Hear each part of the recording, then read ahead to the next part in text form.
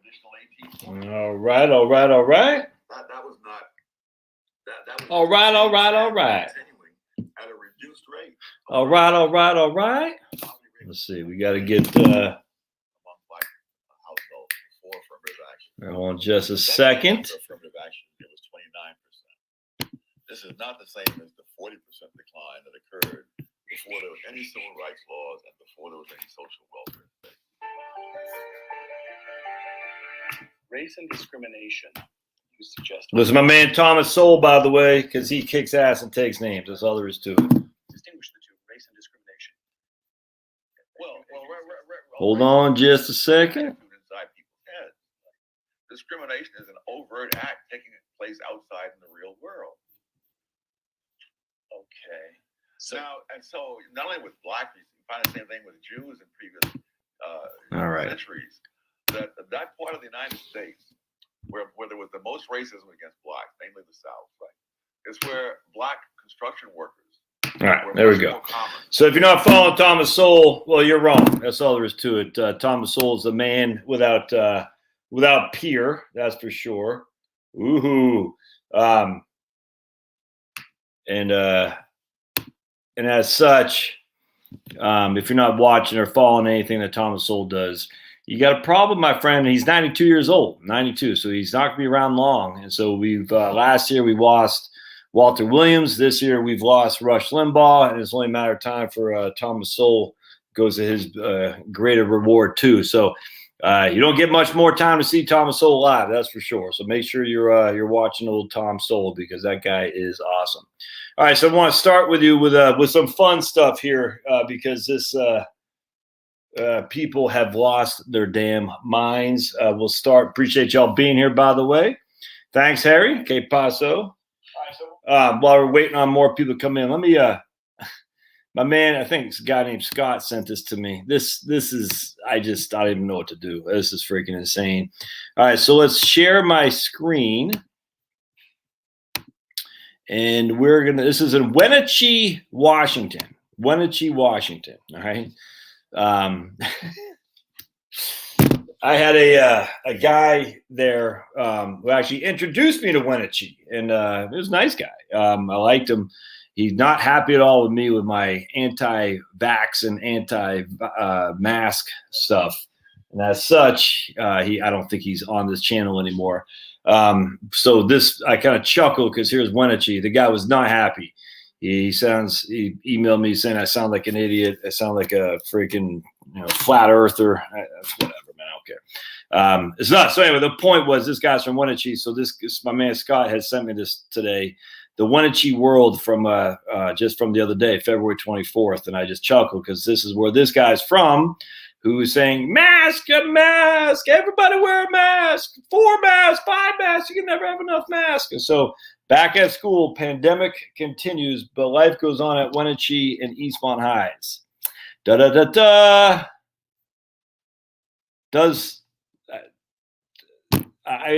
This is, as students have returned to high school, they have to adapt to changes to continue their activities. Wenatchee High School and the rest of the band practice in small COVID-19 enclosures around the school's auditorium on Tuesday. Half of the band practices at a time. This is, I don't cuss much. I'm not going to hear it, but I feel like just screaming bloody murder. This is effing insane. It gets worse. Check this out. Look at this kid.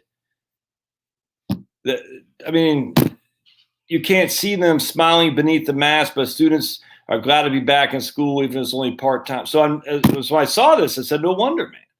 The guy who sent me that crazy, nasty emails is from Wenatchee. He probably thinks this is acceptable. This isn't acceptable. This is freaking insane. I just have to think that the evildoers are sitting there saying, I can't believe people are doing this. It's the only thing I can possibly think. They're up there laughing and say, what can we do next?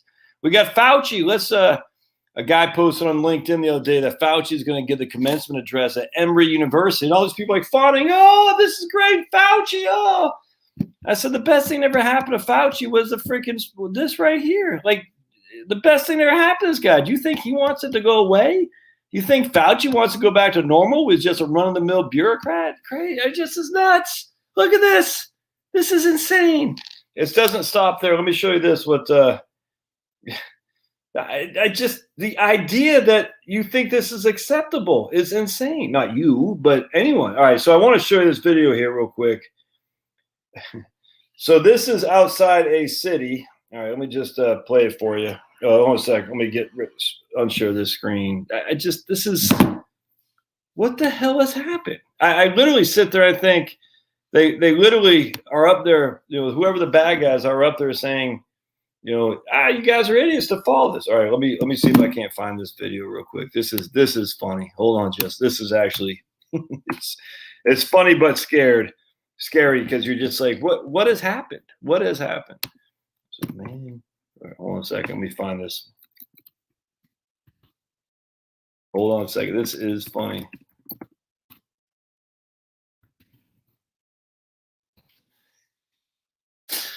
All right, so we're gonna all right.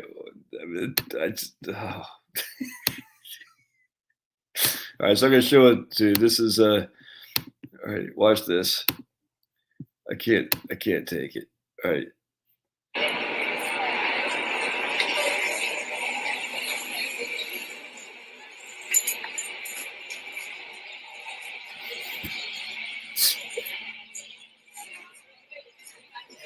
All right. That's a lint roller. That's a lint roller. A guy stands with a lint roller, and people. It's just a random dude. He's just got a mask. He goes like this. Put your arms out, and he rolls there with the lint.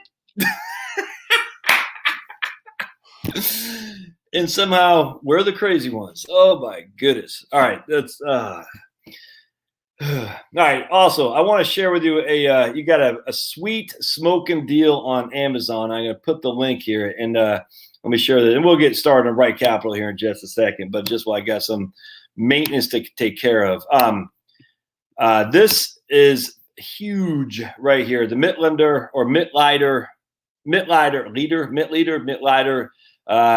gardening method, the Garden Doctor. For the next 7 days, this is available for only $20. Man, you're insane if you don't buy it. I got this. It's downstairs in the basement. The definitive work on vegetable nutrition. Nothing else we've ever seen comes close. Illustrates plant deficiency symptoms using more than 800 color photographs, including 3 volumes of detailed descriptions that teach what each nutrient does for plants and how to recognize the first and predominant symptom of deficiency. Suggests appropriate corrective dosage for your particular garden space, different methods of application, and the best time for treatment. Created from 50 years of field experience throughout the world and used in colleges, on large farms, small backyards. You got to get this. Now, before you say, is it organic? No, because I believe in synthetic fertilizers. Absolutely. With 100%. It's insane not to use that. Now, look, should you just throw nitrogen? No, we don't want that. To throw some synthetic fertilizers that are literally from the earth, fine with me. And so this, if you're organic, this you can't buy this because it doesn't flow through the stupid USDA organic registration. Who gives a rat's butt, man? I frankly, I find the whole organic thing just one big scam, to be perfectly honest with you. And everybody knows it. Anyway, so this right here, mass paperback, $20. It's freaking fantastic. You better, if you're interested in gardening or you think you're interested in gardening, get this now. I think I paid $150 for it, 85. I can't remember. I think I paid a lot more than $20. I might have to buy a couple just to give to people because it's this is phenomenal. So if you click on mass paperback, just make sure you click on that and do it through my link so I can get that sweet Amazon money from the Jeff Bezos as he flies around the world in his private jets, worried about climate change. I guess it's not, whatever. It's not open for me right now. But anyway, click on that. If you're interested in gardening and growing your own food, which of course you should be, you need to get that for sure. And I'll put the link in the show notes right there. That's the link. That's my evil capitalist link where I can get paid. I can get paid, man. 4% on $20. 80 cents. Yeah. So anyway, go ahead and do that. But I tell you, right on. Steve says he's not a veggies fan. I got like 6 veggies. I use rest I can't get into unless it's, that's right, man. You don't have to use them, but you could use them for barter. You could use them for trade. You could use them for all kinds of things. That's the end of the day, man. No, it's not. It's in color. The mass market pay. Well, Actually, I shouldn't say that. I think it's a color.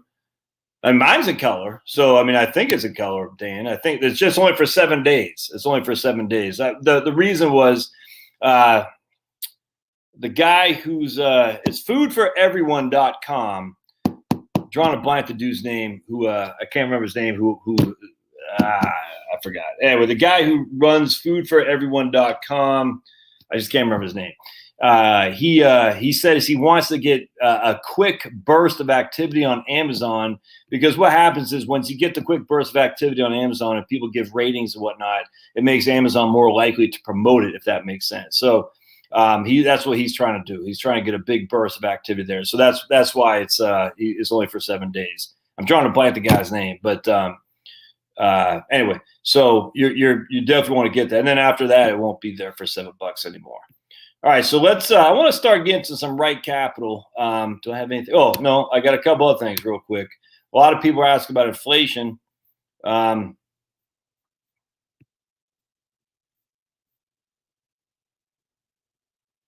Yeah, I frankly don't give a rat's behind if you get the vax or not, Steve. I don't care. I mean, that's your decision. My body, my choice. Whatever happened to that, my body, my choice. I don't trust these guys as far as I could kick them, but I got no qualm with that. I frankly chuckle. A lot of libertarians I follow are very anti-government for anything, including the military, except when it comes to the FDA approval of the vax. All of a sudden, if it has the word vaccine, literally, and I say this all the time jokingly, I could literally put some of Finney's poop in a jar, label it vaccine, and the libertarians say, oh my goodness, give that to me. It's a vaccine. It must solve all my problems. It's weird, man. It's strange. You just put that word vax on anything. And next thing you know, it's kind of like put that word organic on anything, or put that word green energy on anything. People are like, oh, it's the best thing ever. Oh, it's crazy, man. Oh, you saw that, Nancy? That art? Is that crazy, man? Oh, yeah. All right. All right. So let's go to what was it? Oh, yeah. So lots of questions on inflation, because I did a video on that. I want to, and I get lots of questions on inflation. And frankly, I'm just not at all convinced that mass inflation is coming. All right, so this is a fantastic website. This is probably my favorite inflation website ever. In 2013dollars.com. I'll put a link here in the show notes for you all to get it on your own. Yeah, right on, Doug. Absolutely, high interest and high inflation. Oops, I've heard high interest and high inflation. I don't get it, man. Because there's something called the Phillips curve, which is insanely stupid. I don't know why anyone uses it anymore. The point, but it's nuts. And I don't want to get into a basic economic tutorial right here, because it just bores me, frankly. It's just so freaking stupid.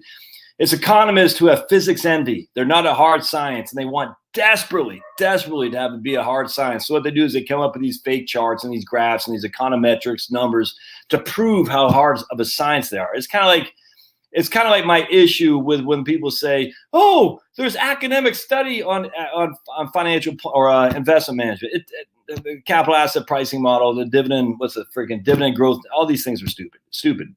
Now, it doesn't mean you should follow some of them, but the idea there's some academic basis on this is just freaking stupid, man. I hate it. I'm sitting there thinking there's no academics on people's irrational behavior. It's not. It just doesn't make sense. And because it's irrational for some freaking pointy head guy at Harvard doesn't make it not rational for you. It's crazy. So a pointy head guy at Harvard said, I'm doing a single premium annuity. Okay. And he says it's not rational for you not to do that if you're trying to maximize your income. You say, sure it is. Sure it is. I don't want to tie up all my money in some freaking insurance company. In terms of your stupid economic model, it might not be. But in terms of me, the way I see the world, it is. Kind of going back to the whole IQ test thing. Everyone's like, an IQ test. Well, what's the IQ testing? It's testing on your ability to take a test.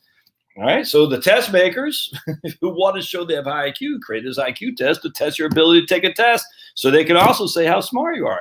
Now, there might be legitimacy to it. Doesn't mean if you don't get a high IQ, you're not that bright. It just doesn't mean that. Or you can't function in society. It's silly. Man, this whole point about this, you're sitting there thinking, oh, well, the academics say high inflation means to high interest rates, or what they said. They say high inflation leads to high interest rates. Why did they say that? Because they think this Paul Volcker in 1982 killed inflation with high interest rates because we had high inflation. So high inflation leads to high interest rates. Well, that doesn't make any sense. How did we get to high inflation? All right, so high inflation are synonymous with high interest rates. How did we get to high inflation? Where'd it come from? Well, massive amount of printing. Well, we've been having that for years. Hasn't happened. So it's not the printing press being freaking turned on. Well, what was it? Nixon get off the gold? Yeah, maybe. I mean, that could be. Vietnam, LBJ, crazy amounts of government spending, maybe. The OPEC, maybe. All that stuff is absolutely high regulate. I'm telling you right now, inflation is because of scarcity. I'm telling you. Remember that. Inflation is because of scarcity. That's what it is. What makes things scarce is the government coming down like a hammer on your ability to produce. I'm just telling you. Why do you think FDR told the farmers to plow their fields? Because they needed to increase the price of farm products back in the Great Depression because they weren't getting paid enough. They needed to increase the price of farm products. Thus, they created scarcity. It wasn't the printing press. It was scarcity. This is where I think a lot of libertarians and the conservative economists don't understand. They think it's the printing press. That's not true. It's scarcity. What causes scarcity? Things like price and wage controls. Nixon, freaking in 1970s, price and wage controls. And then you have regulation across the board. And again, Carter, to his credit, deregulated things.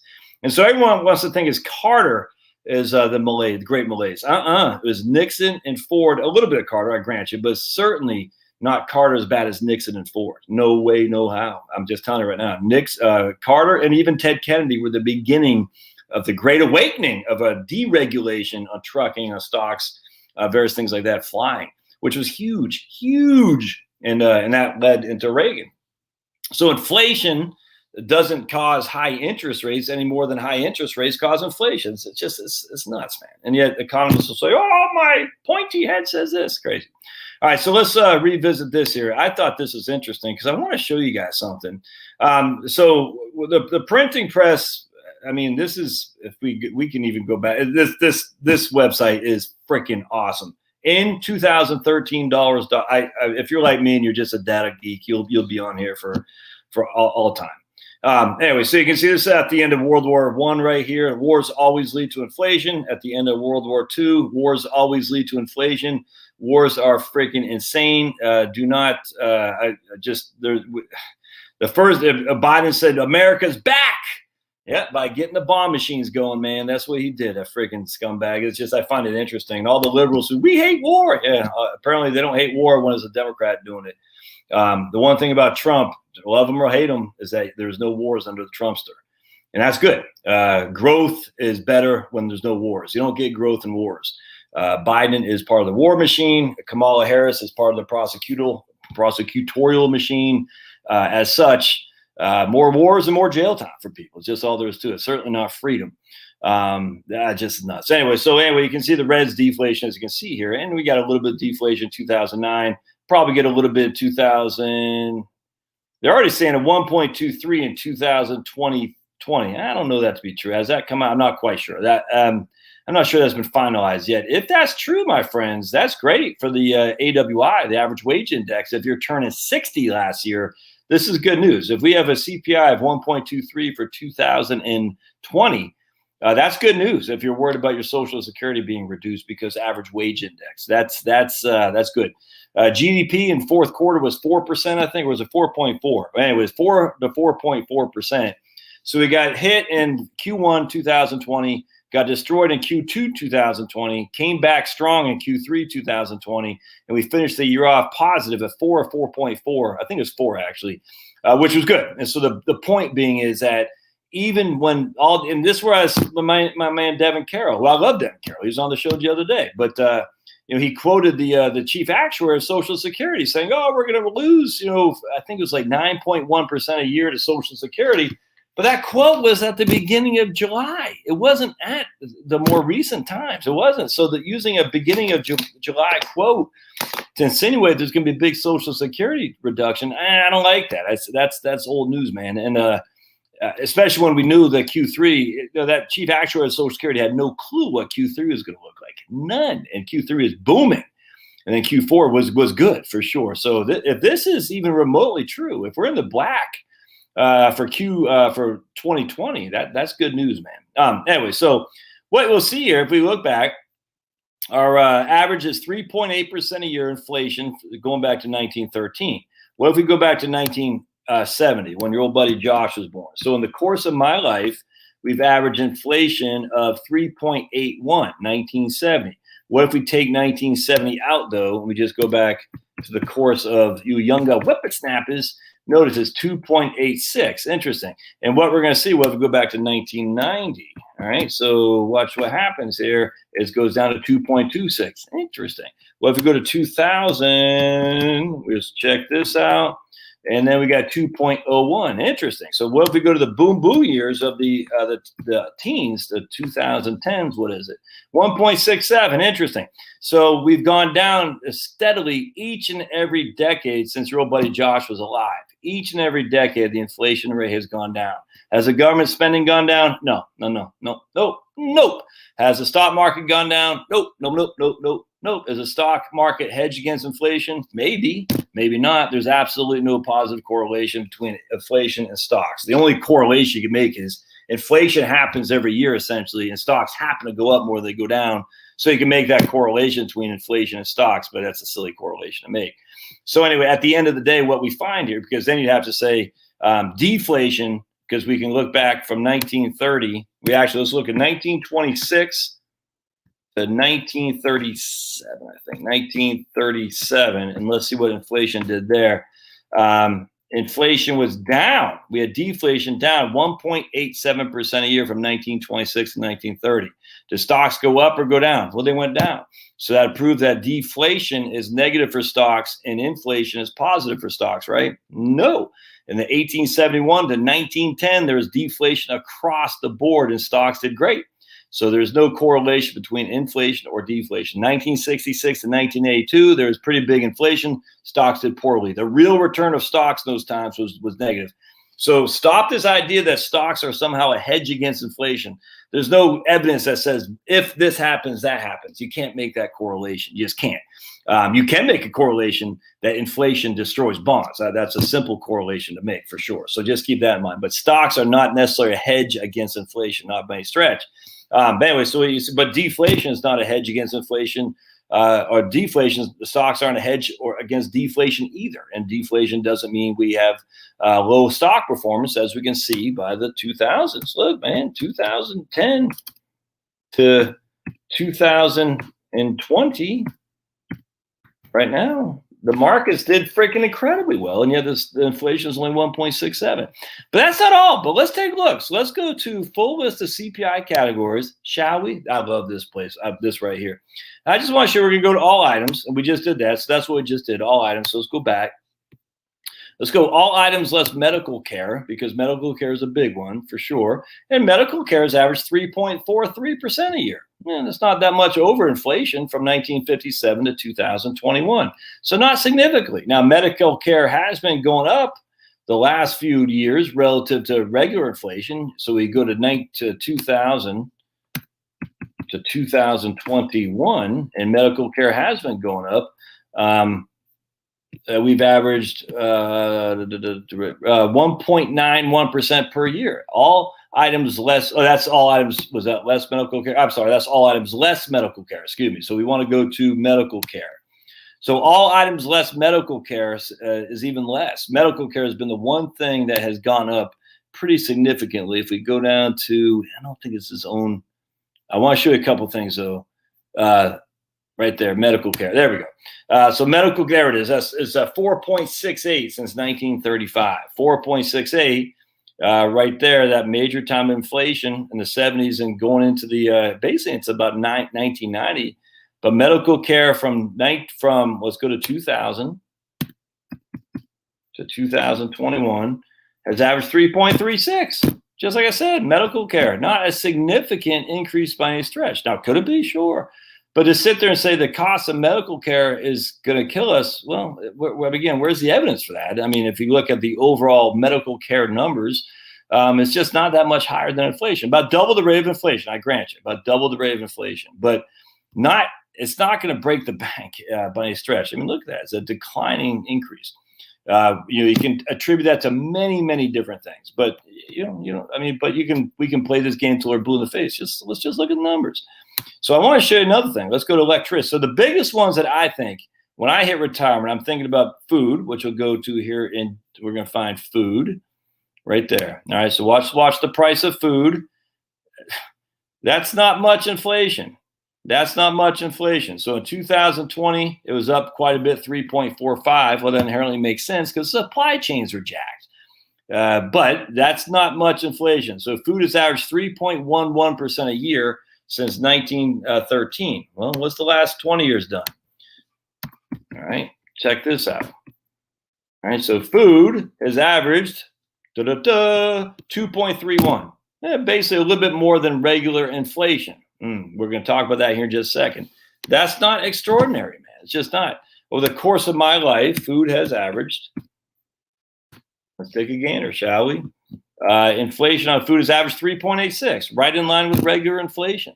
But then it's gone. But if you take away the 70s and just go to the 80s, when the inflation was kind of nipped in the bud, it's averaged about 2 to 3% a year. It's not extraordinarily high. It's not. All right, so there's food. So I'm worried about medical care. I'm worried about food. I'm not worried about alcohol. I'm worried about electricity. All right, so let's look at electricity. Right there, electricity. Oh, electricity is only average 1.45% a year. Remember this right here. Oh my goodness, peak oil. There's no more natural gas. Remember, my friends, under Carter, they thought we were running out of natural gas, and so we shifted to coal. I don't think many people know this. So under Carter, they shifted to coal because they thought we were running out of natural gas. FYI. On top of that, we already hit peak oil at that point. And so, and then you got OPEC. But still, we thought we were running out of natural gas. We went to coal. And the rest is history when we have George Mitchell, the good George Mitchell, not the bad George Mitchell from my state of Maine, the good one, the fracking guy. Then you can see the price of electricity, not energy. Electricity has dropped dramatically in the last, we'll say 1990 and on. And that it'll continue to do so. 1.98% a year on electricity because of George Mitchell and fracking. And so all these liberals and green, they're not going to win. It's impossible for them to win because there'll be revolution. Because if they go wind and solar, there won't be. There's just not enough. Is all there is to it. Actually, it turns out that Texas wasn't all that big on wind itself, as the federal government giving huge subsidies to wind companies. Just FYI, I was reading that by Alex Epstein, or somebody, I can't remember. Anyways, if you should watch Alex Epstein or Stein, I think it's Stein, Alex Epstein's YouTube channel. Let me find it. It's called, let's see, ImproveThePlanet.com. Yeah, here it is. ImproveThePlanet.com, if y'all can see that. And you should watch his channel because he interviews some of the most brightest minds in the energy and electricity things. And it's interesting. I thought Texas has sold their soul for rock and roll on wind. It was not true. The state was kind of, is that private companies on behalf of the federal government that advocated wind like crazy because they're getting money, man. Get money hand over fist. All right, so electricity, not that big of a deal. That doesn't bother me. All right, so we got electricity, we got food, we got healthcare. Not a big deal. Now, you can look at housing if you want. But again, if you're in a house, what's the big deal, man? I mean, are you going to be moving anytime soon? Let's look at overall energy. So this would be everything to heat your home, to transportation, to fly. Energy has averaged 3.59% per year since 1957. So let's go to 2000 and watch this right here. And again, 2.41. The price of energy is down. In fact, some years it's way down. Some years it's up. And here's where Bill O'Reilly and idiots like those guys, oh my goodness, the oil companies, they don't know what the hell they're talking about. So then some years it's way down. I mean, it's very volatile, don't get me wrong, but the way you deal with energy prices is you have a wood stove, that's for sure. You know what I'm saying, to heat your house. You don't fly when the transportation costs are high. But electricity is pretty cheap because natural gas. But anyway, for basically the energy comes into transporting goods, transporting people, and sometimes heating your home, depending on what you're looking at. So anyway, it's very volatile, but you can see we've had many years where it gets knocked in the bud. And it's not because of economic growth. It's simply because of technology. And all the environmentalists say the technology is going to make it great for solar photovoltaic. No, the technology is going to make it great for wind. No, the only thing that technology breakthrough can do is for batteries.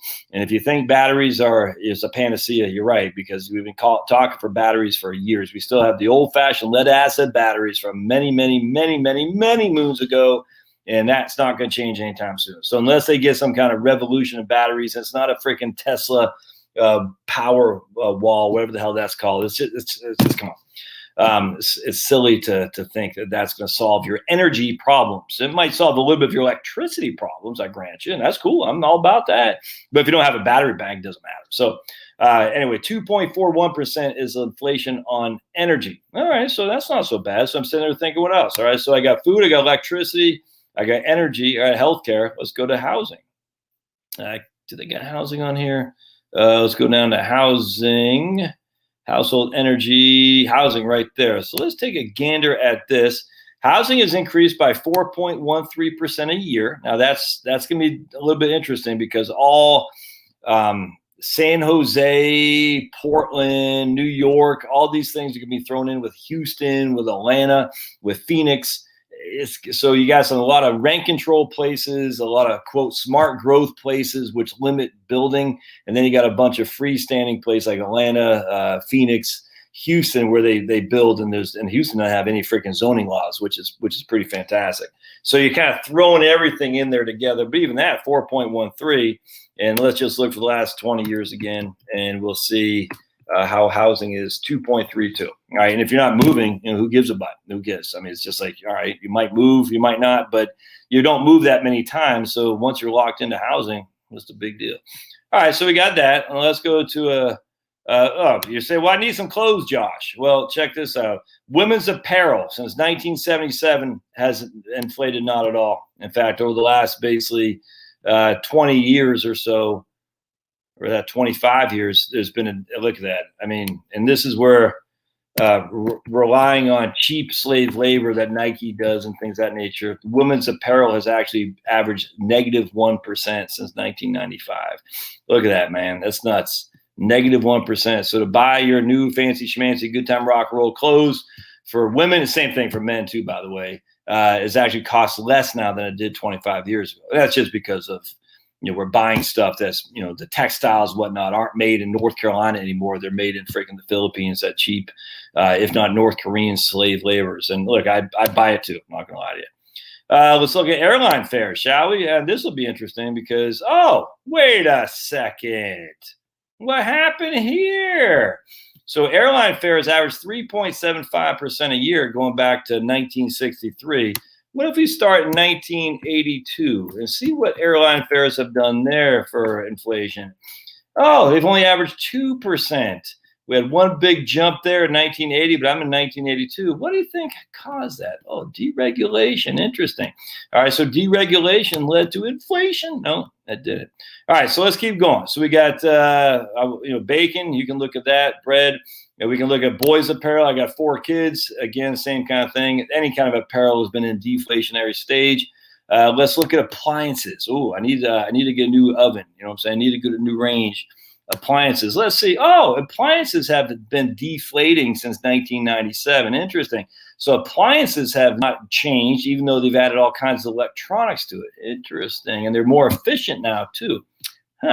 Let's go to what do we want to do? Into appliances. Let's go to automobiles. That's auto equipment. Service clubs. Do we got automobiles in there? I can't remember. Maybe not. There's a couple other car and truck rentals. Don't want that. Care of invalids that only got 16 years experience. So I don't want that so much. Seems like let's look at coffee. Yeah, that's right. Oh, watch this. College has averaged 6.38% a year going back to 1977. The biggest waste of money ever. Now, if you go back, people are starting to get pissed off, as rightly so. So we see a declining in colleges, and it's only going to get better or worse depending on what side of the equation you are. We got too many kids in college, too many brainwashed fools, unfortunately, and I could not be happier to see college get its comeuppance, because it's a big joke, man. We all know this. It's just there's no reason the price of college should average twice that of the rate of inflation, other than it's the biggest reverse Robin Hood in the history of mankind, taking from poor, ignorant young people to give to wealthy, educated, freaking older folks through the corrupt system that college is. All right, we'll just do one more here. So we did. Look, man, at the end of the day, if you want to send your kid to college, be my guest, but you're not getting the value that you're putting into it. That's for damn sure. It seemed like I had one more. We did appliances. We did energy. I don't care about financial services. I did actually find this one interesting because this is my field.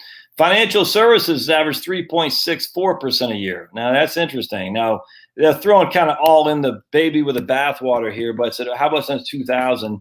And it hasn't really gone down as much as I would like to see. Now I don't know what this is about, but anyway, I was like, why isn't financial services growing at the rate of inflation? Financial services should be cheaper significantly, simply because what has happened is we've had ETF fees, no commissions, lots of savings on financial services, but it doesn't seem to be reflected in the overall list, which is odd.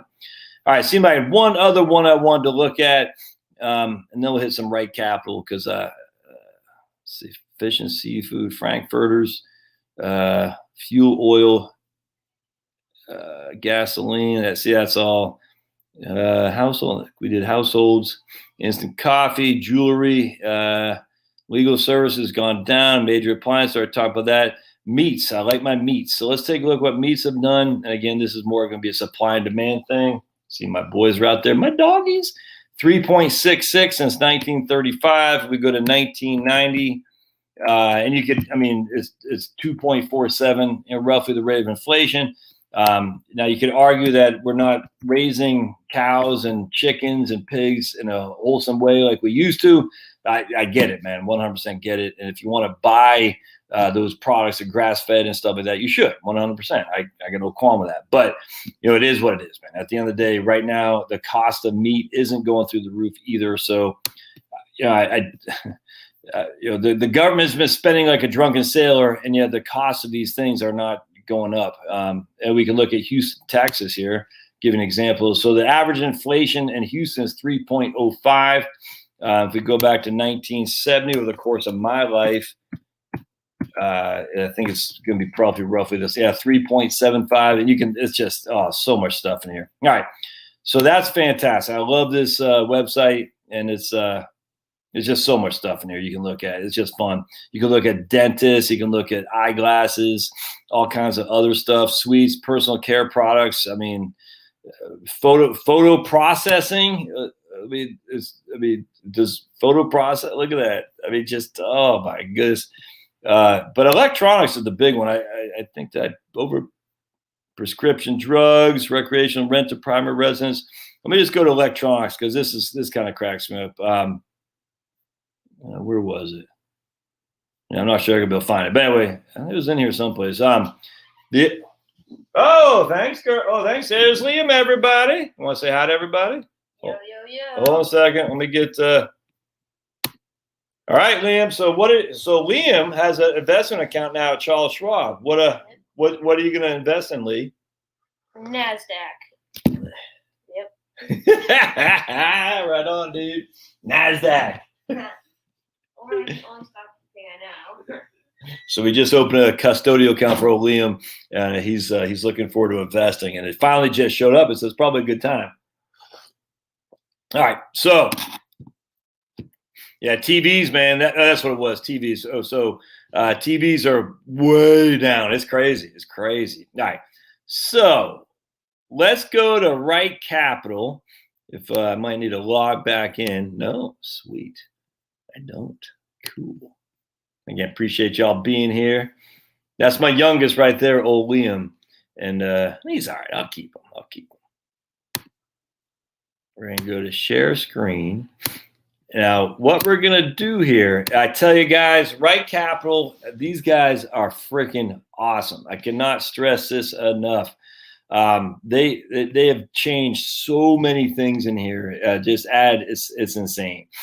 All right, and we're going to go into a somewhat of a deep dive here. We got old Tim and Kim again, and this is a lady who had emailed me a while back, and I told her I'd use her stuff.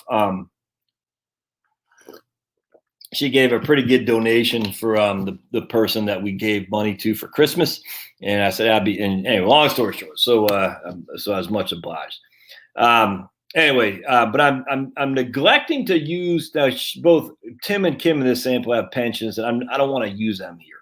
All right, I don't want to use them because in that case they're fine. I mean, it doesn't apply to a lot of people, and as such, it makes it somewhat of a wishful thinking for most. All right, now we're putting Kim first here today, so Kim and Tim, because we want to be we don't want to be gendered. What is it? We don't want to mansplain. We don't want to mansplain. So we're going to be gender neutral.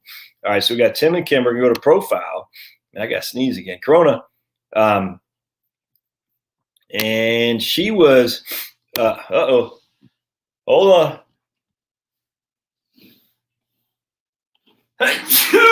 Corona. So they live in Virginia, all right, and they're thinking they might need to move to Tennessee to avoid some of the taxes. She's 56. Old Tim is 61 at the end of the year. By the way, people always a guy emailed me say, "Hey, seems like there's an error in the software." Remember, they're always using what you're going to be at the end of the calendar year, just kind of like the IRS 1040 does. What is your date of birth for your RMD tables? It's whatever you are at the end of the year as of 31 December. All right. So that's what, the Right Capital does as well for ages is what you're going to be at the end of that calendar year. All right. So basically we got net worth, just real quick and easy. We have investments. So they both have TSP. So Kim's TSP, she has it all in the C fund, which is the Vanguard. I got VTI, but the C fund is C. Is just the S&P 500. The C and the S fund is VTI if it's a TSP. In this case, it doesn't matter. All right, so I got Vanguard. Is all in Vanguard. You got 900,000 schmackes. The big old Tim there, and he's got all in the C fund as well. And I'm using SPY for the ticker. All right, so they got 1.3 million between them. They get a house in Virginia, it's paid for. All right, they got $4,000 a year in property taxes. It pays about $2,000 a year for annual maintenance and $2,000 a year for homeowners insurance. All right, so far so good. So their goal was to hang up their old boots, which they're going to do. They're going to spend $5,000 a year on liquid expenditures. All right, this is where you can tighten your belt, guys. You can say, hey, I need to tighten my belt because the markets are down, or I don't want to eat fillets. I'm going to eat ground beef. Or I'm going to eat government cheese, whatever it is. But this is the big one right here. This is discretionary. I wish I could change that right there, but I can't. And they got their healthcare costs. All right. So basically, I'm saying, this won't be true for them. But basically, I'm saying they're going on ACA at $1,000 a year each. All right. And then they're going to go on Medicare. Now, for these guys, because they got the federal employee health benefit, I'm telling you, man, this is where the federal employees, they better enjoy it while they can, because this can't go on, man. And again, this isn't to say federal employees are bad, or there's a lot of good conservative federal employees. So don't be freaking out there in my comments bashing federal employees. That's you can't do that.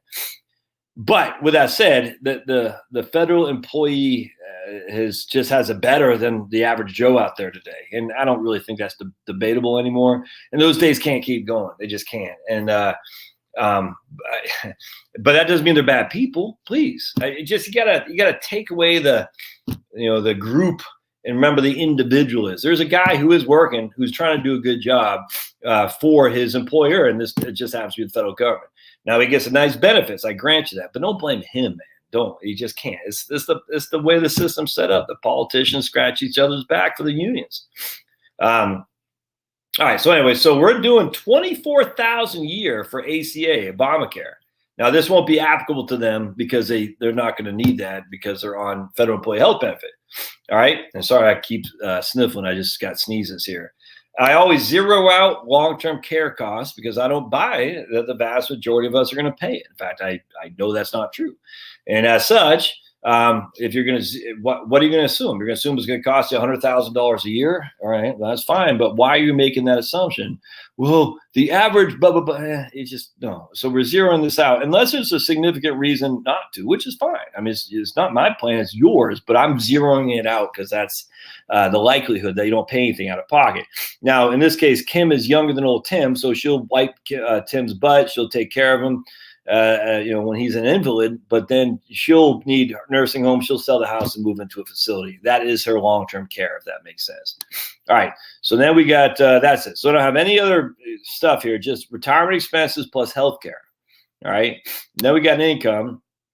We got Social Security. So she's going to get $3,100 a month at her full retirement age. At her full retirement age. Always remember, you put your PIA, the amount you'll get at your full retirement age here. You don't put it what you're going to get at 70. I can't tell you how many people screw that up.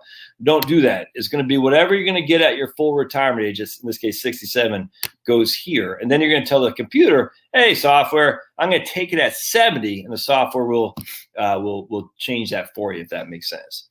All right, so now old Tim, he's going to get a little bit less of a benefit. I had him taken at 67. I actually want him to take it as full retirement age. So we'll put 67. I had him take it at 70, but I want him to take it at 67. And again, sorry for the sniffles. All right, that's good. So there should be no savings in here. Oh, yeah. For those of you guys new to the Right Capital, don't put your investments in savings. It's not very, it's kind of inconspicuous what to do here. But investments go under profile net worth investments. I was working with a guy today. He had all his stuff in savings, and it's no big deal to flip it out, but it doesn't go here. This says what you're saving on a monthly basis. Expenses, just want to go in here. That was good. All right, good. So, all right. So what we're going to do here, the first thing we're going to do is I had a question about rates of return here. Just remember, guys, stocks are 6.5%, bonds are 2%, and cash is 0.5 of 1%. With a 2% inflation. So someone had posted to me, another guy who uses Right Capital. Lose a comment, please. Someone watched my video and saying, lose a comment, please. What the hell is that? I don't know what that is or who's saying that. So I don't know who that is. I'm saying. All right. So anyway, so right here we got 100% is, 100% stocks. We got 6.5% rate of return right there, which is all stocks, 6.5. Standard deviation of 16.3, which is historically pretty volatile. All right, that makes sense. Someone just texted me. I don't know who this is. Anyway, and now if you're going to be all bonds, it's going to be 2.1%. I don't know. It's going to be 2.1. All right, I'm not sure what's going on here.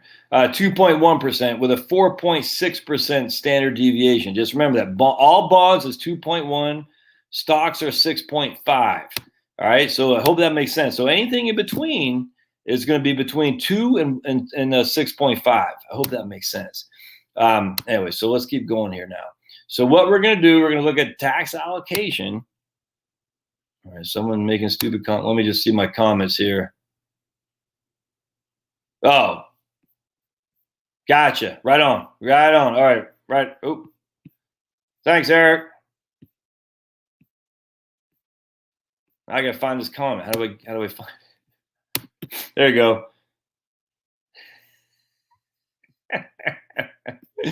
I thought you were saying, Eric, I thought you were saying Doug B was saying something crazy. Yes, I was like, Doug B. Doug's a good guy. I thought I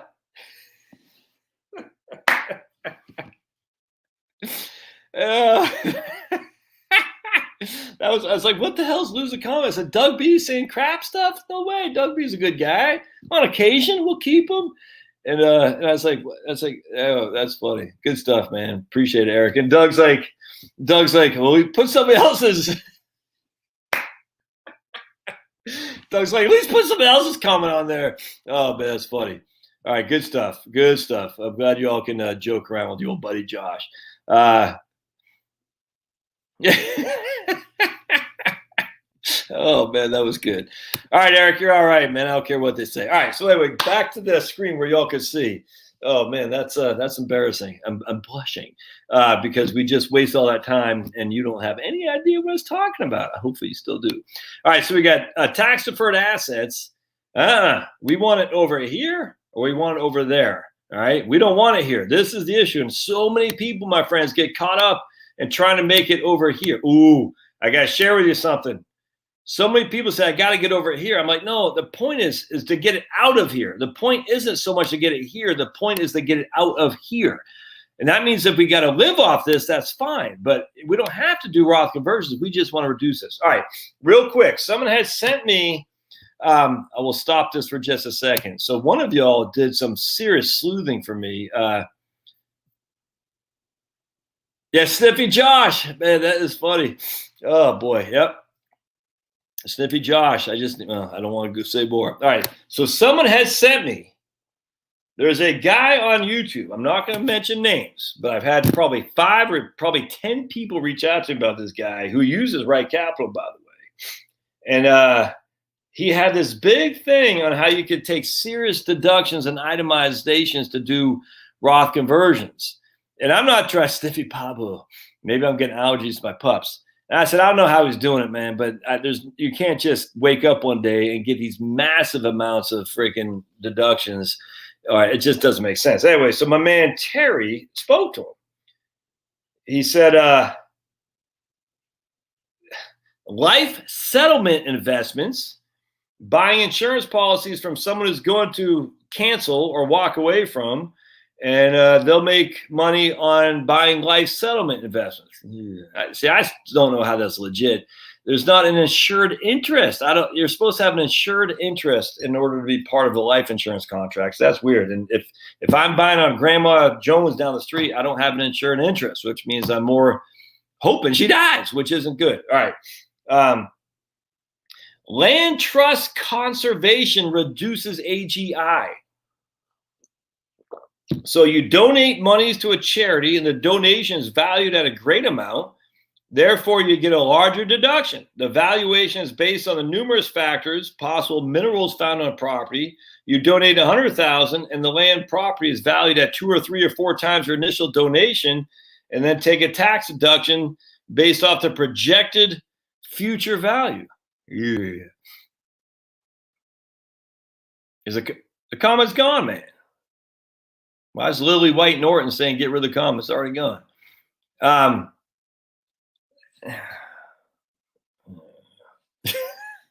It's like a charitable remainder trust with land. All right, then he says bonus depreciation. You invest in business entity and then buy equipment, real estate, and then can take an accelerated depreciation on my taxes. But all right. You can't, if you're just a guy who just retired, from freaking Coca-Cola because you're sick of freaking Robin DeAngelo breathing down your neck about how bad you are because you're white. You're like, dude, I'm not going to invest in freaking enterprise zones or taking bonus depreciation and freaking land. Come on. Anyway. They're watching behind, but gotcha. Yeah, I don't want to say it sounds like a Madoff thing. That's complex, dude. Trust me. Engineers know complexity is not good for functioning things. We want it simple. The more moving parts, the more something's likely to break down. And if it breaks down, and especially if it's in a cereal or something like that together, it's going to be a linear effect on everything else. We don't want that. We want it simple. Simple is easy. Simple doesn't break. Keep it simple, stupid. All right, so let's go back to Right Capital. Again, sorry about Sniffy. I guess that's my Twilight Zone. No, what is it called? I was watching somebody who said Sniffy Joe wanted forever to be president. And he's like, he sold his soul to the devil to be president. And the devil has a very interesting sense of humor. And now the devil said, you're president, Sniffy Joe. And no one cares because they're like, dude, you don't even know. He doesn't even know who he is, if that makes sense. Like, so Sniffy Joe's president. He's like, finally I'm president, but who am I? And the devil has an interesting humor, I guess, is forgot what this Dante or something like that. I'm not sure what it was. Yeah, right on. Eric says he fixes appliance to keep your appliances simple. I'm going to delete that comment. All right, so yeah, that guy Saul is a big lib too, by the way. That's these people lost their minds. All right, which shouldn't shock anybody. All right, so let's go back to Right Capital. All right, here we go. And as I sniff, and I don't do cocaine. Man, I remember if I did cocaine, that cleared my sinuses out. It's weird. It just started happening. Maybe once Liam came in. I think Liam was causing some issues for old Josh. All right. So what we're going to do here, remember we had big standard deviation. So we're going to hit retirement. And then we're going to hit cash flows. So I don't even see this first. First thing I want to look at is cash flows. That's okay. So they got no income for the first 6 years, all right? No income. So remember we said Roth conversions. Well, they don't need to do Roth conversions because they don't have any other money except for the 401k, TSP. So they're pulling money out of these things right here. 106, 109, 112, 115, 109. See what I'm saying? Now, when old Tim jumps on Social Security, they'll have to pull less. But remember, we don't need to do Roth conversions if they're pulling the money out already. And that's where I tell a lot of people with pensions, military people, federal employees, the CEO who retired from AT&T, who's got like a $200,000 a month pension. I say, dude, you don't need to do Roth conversions because you're already at a 12% tax bracket, if that makes sense. And if you were to do Roth conversions here, it's going to put you into a 22%. Let me show you what I'm talking about. And this is what Right Capital just changed over. So here's the effective tax rate. You can see, I mean, that's not, they live in Virginia, so it's 9.4 to the feds, 3.6 to the state. If we go to the tax bracket, all right, they're at the, oh man, I'm going to sneeze again. What is, oh, man, all right. All right, so they're at the 15% right here, but they're in, you got to look at both these things. They're in, their effective tax rate is 9 point. Let's have them living in Tennessee. This is going to make sense. I want to show you guys something. Let's have them living in. They're going to move to Tennessee anyway, so let's just have them move in there. All right, because this is huge, and Right Capital just came. This is freaking awesome. All right, so there's their effective tax rate. All right, 8.6 to the feds. 9.5 to the feds. You can see that now it does start going up. That's when old Tim dies right there, but still 9.6. That's not their tax rate. That's their effective tax rate. That's not their marginal tax bracket. So here is the marginal tax bracket at 15. I hope that makes sense. So if they start converting, they're going to put them into the marginal tax bracket at 22. Let me show you what I'm talking about. This is where it gets kind of dastardly. So let's go to profile. And we're going to go to income, and we'll just have Tim converting. Yeah, let's just have him converting, I'll say $50,000. All right. Check this out. And we're going to go back to tax. All right. So the right there. So the effective tax rate won't, I mean, it changed a little bit, I grant you, but still under 15%, if that makes sense. But it's the marginal tax bracket that has jumped up from 12 to 22. That's that 60% increase. I don't think you should do that. I mean, if you're already pulling money out of your IRA to live on, or your 401k or TSP, if you start converting on top of that, all it does is put you into the 60% increase on that $50,000 conversions. This is why this right here is fantastic, because it shows you, hey, be careful before you start converting. I know you're in the 15% tax bracket, and I know you only got an effective tax rate of 9.5, but if you start converting, it's going to put you in the higher marginal rate. And the reason why that's important is because the next dollar of income that you have is taxed at the marginal rate. Your effective rate is behind you. That's no big deal. It's the next dollar. That's the marginal rate. You got to know these two things. It's hugely important to figure out. Anyway, so in this case, I'd say let's go back and zero this out. And income. So I want to show. Oh man, and they just changed something else here too on Right Capital. Oh man, it's freaking. whoever Mr. Right Capital is, if I went that direction, I'd marry him. It might be a chick. In that case, I'll marry her. If it's a dude, look, I'm willing to experiment to marry this guy because I just freaking love it, man. I'm not too proud. All right, let's. What were we doing? We're going to tax. No. Yeah, I want to go to tax 1040. All right, so 1040. So see right there, that's their AGI. So they can convert just a little bit to get to the top of the 12% tax bracket, but not much, which is why you've got to use this tax distributions.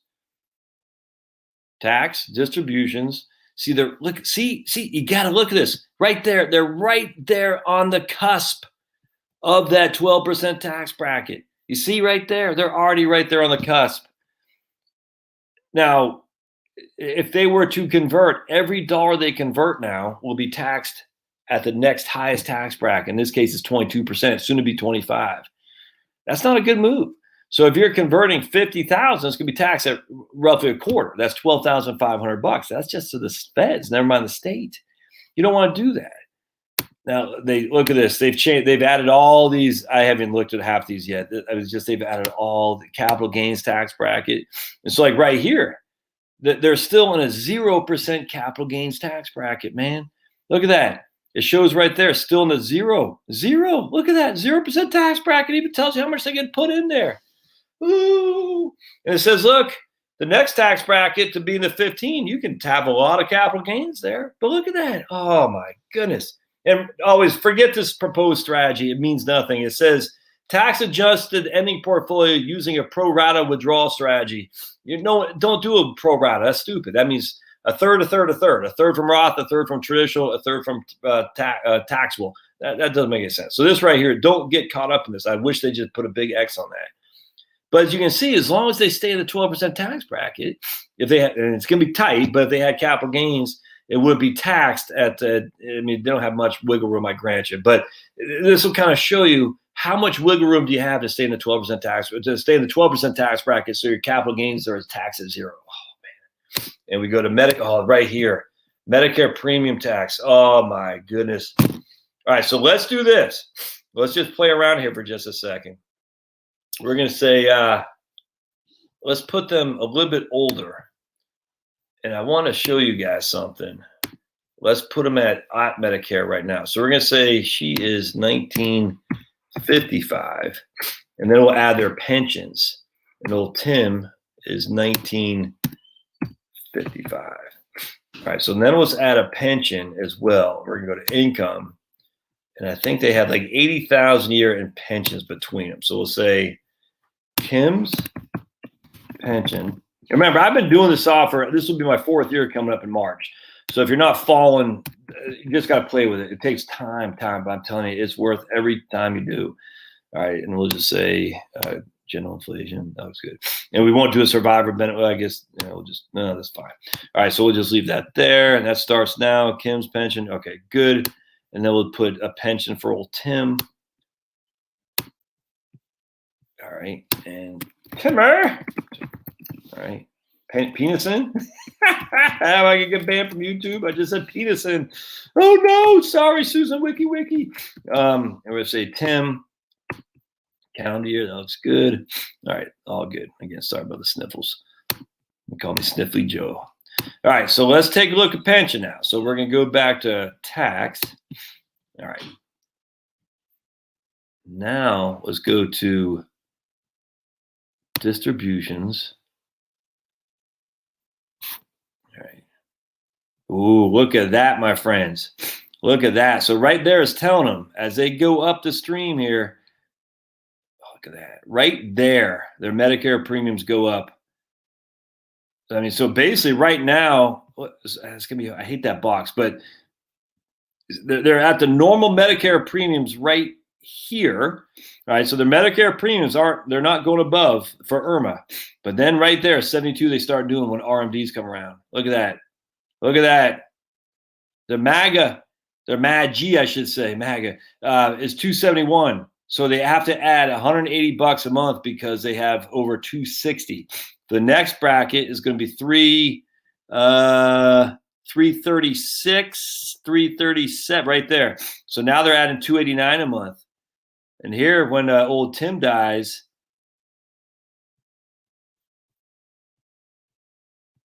oops, well, it's right there. You can't really see it. They're at 542. So she's paying an extra 397 a month. Tell me that's not nuts. That's straight up freaking evil. It's only gonna get worse. Only gonna get worse. Look at that, man. That's crazy. So that's pretty sweet. So now let's just assume this is the case now. So now we just go back to tax estimate. All right. Oops. Oh man, if this doesn't wet your willy, nothing will, man. I got nothing for you. You got no soul because this is awesome. So you can see here they're at the 28% tax bracket. And again, that's the tax bracket, 28%. And then the effective tax rate is probably 15 or something like that. 19, a little bit higher than I would have thought. Again, this is living in Tennessee. So they're like, what do we do? What do we do? What do we do? Well, now what we're going to do, this, we can go to tax distributions. We're going to come here to ordinary income tax bracket. And what I want to do here is I want to take advantage of this right here. I want to put them in the, let's try it. We're going to put them in the 28% tax bracket. And let's see what that shakes out as. So 28% tax bracket. And then we can compare it to Medicare premium. And look at that. Well, that didn't do as much as I would have thought. Huh. Wonder why. So that didn't do as much as I would have thought, actually. I would have thought that would have been more. Interesting. Huh. I would have thought that would have been more. Why? Why did that not do that? Oh, because she was. No, let's take a look. Anyway, so let's do this. All right. Let's see what we got. So we're going to go to details. Yeah, it's telling us to convert 211, 219. It's telling us our tax deferred account balance is 0 by the time 73 rolls around. Oh, why they got so much taxes? Well, let's see what else is going on. That doesn't make sense. So hold on just a second. All that money's over by a Roth by that point. Oh, wait, hold on a second. That doesn't make sense. Details. Yeah, taxable, tax-free. That's the Roth. Why do they still got so much taxable income? So hold on just a second. Remember, I always got to go down here to, yeah, there it is, distribution proposal. Huh. Let's see what's going on here. Let's go to cash flows. Where is their tax payment? Plan distribution. That's the current plan. Let's go to, we got to go to proposed plan. Okay. Why do they still got 31,000 of income? Oh, from Social Security and the pension. Yeah. Forgot about that. Yeah. So Social Security and their pension, they shouldn't still be in IRMA. Huh. Does it have, all right, so let's look at expenses. Does it have them in IRMA? Go to healthcare. That's right. There's Kim. So we're going to have Kim surviving old Tim. Medicare Part B. All right.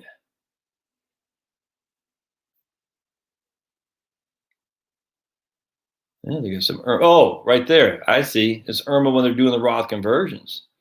Ah, that's what's going on here. So they're okay. So you can see that hopefully. They got IRMA.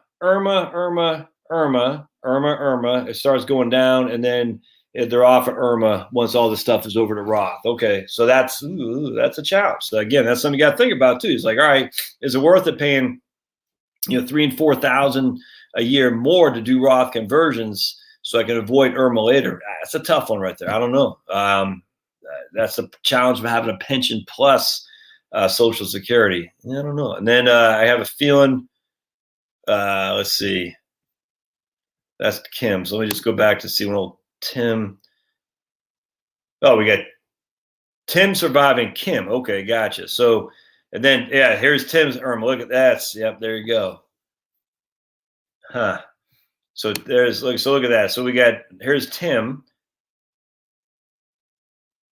right there. Irma, big time Irma. Look at that, dude. Holy smokes. And that's with everything in the Roth, too. And the reason for that, oh, man, that's freaking ugly. So they get hit with an Irma a little bit on the front end. They get hammered with Irma on the back. All right, so the reason that's happening, check this out, because they made a huge mistake here. We're going to go to total income flows. And what's going to happen here is they got $40,000 each of pension. But then when Kim dies, she's still going to leave Tim with half of her pension right there. So now Tim has half a pension plus Social Security. And that, as a single taxpayer, that's just not good. So you don't want to have a survivor benefit if a pension, both y'all have roughly the same pensions, most likely. So that's not good. So that doesn't look good at all. That's interesting. Let's see what kind of questions or thoughts you guys have. All right. Yeah, right on. Doug says when his results were high, he found it's because he had his pension set with a COLA. The real results were disappointing after that. Yeah, Harry, definitely. Yeah, it's fantastic, Nancy. It's awesome.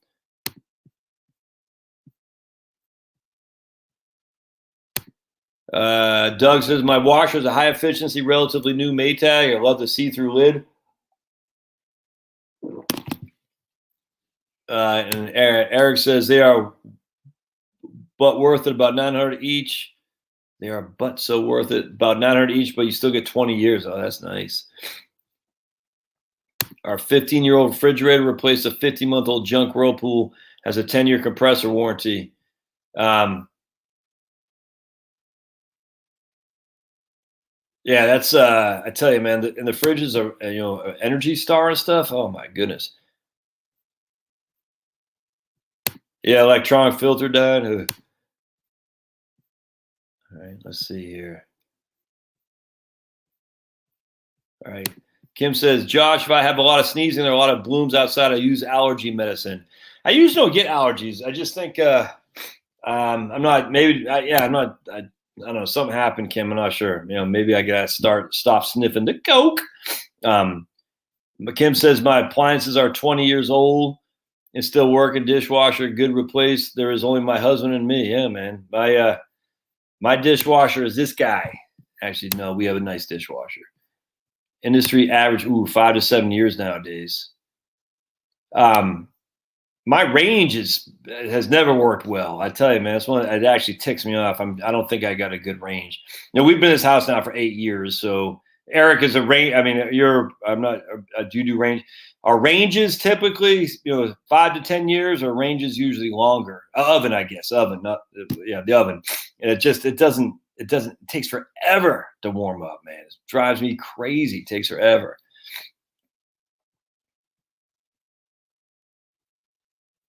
See, yeah, trees are blooming. Maybe it's allergies, right on. All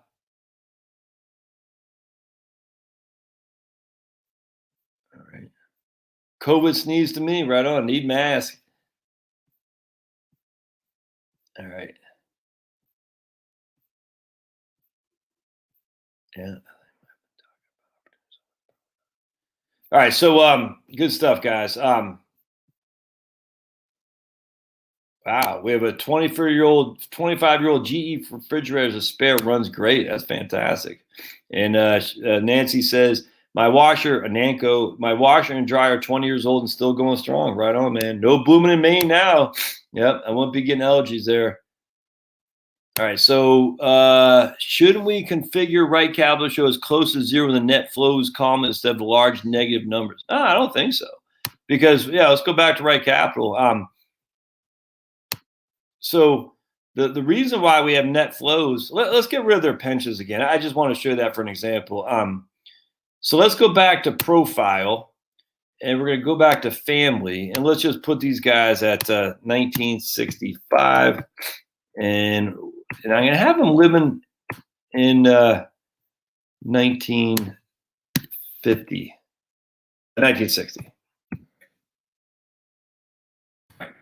And so what was I saying here? Oh, yeah. Then I want to get rid of their pensions. So let's get rid of their pensions. So basically, these guys have $1 million. All right, they're 55. They hate the crappier jobs. They know they got some expenses to pay. I want to show you guys a couple things first and foremost. I tell you, one of the best things you can do. So let's put them living in Virginia, where they are, and they're going to move to Tennessee. So let's look at retirement. And I don't want to make light of this right here.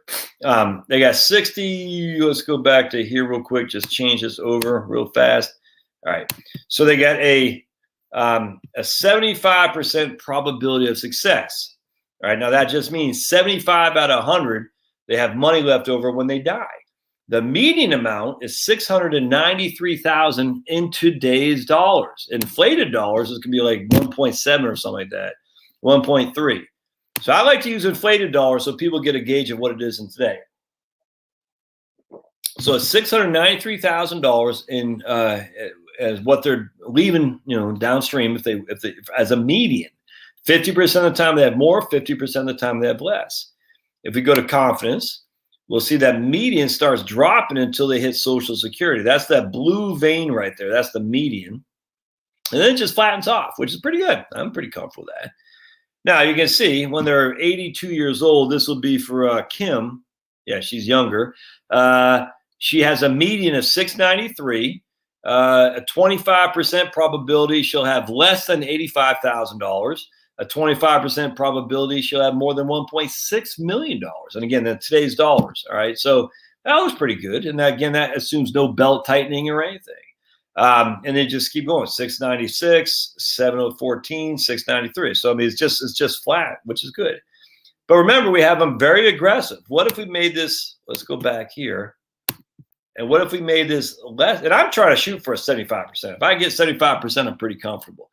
What if we made this less aggressive? We'll just say a growth as opposed to what we had there. Now, what's going to happen? Oh, it increases. So let's see if anyone here, the peanut gallery, knows why did that increase? Why did that increase? Anyone want to take a guess? So we went from all stocks, an aggressive portfolio averaging 6.5 to a growth, which is averaging, let's take a look. A growth would give us we went from 6.5 to 5.5. And yet our retirement numbers actually went from 75 to 81. Now we're leaving less. We're leaving 100, almost 200,000 less. But who wants to take a gander? Why look at my man Jim. That's 100% right. Less volatility, 100% right. So the less volatility simply means there's not as much right on. Yep, no, it's not as much standard fluctuation. She's not catching a dropping knife, if that makes sense, or he or she. So what's happening is there's less upside, I grant you, but there's a lot less volatility where she goes into retirement a couple of years, bam, bam, bam, and she's doomed. So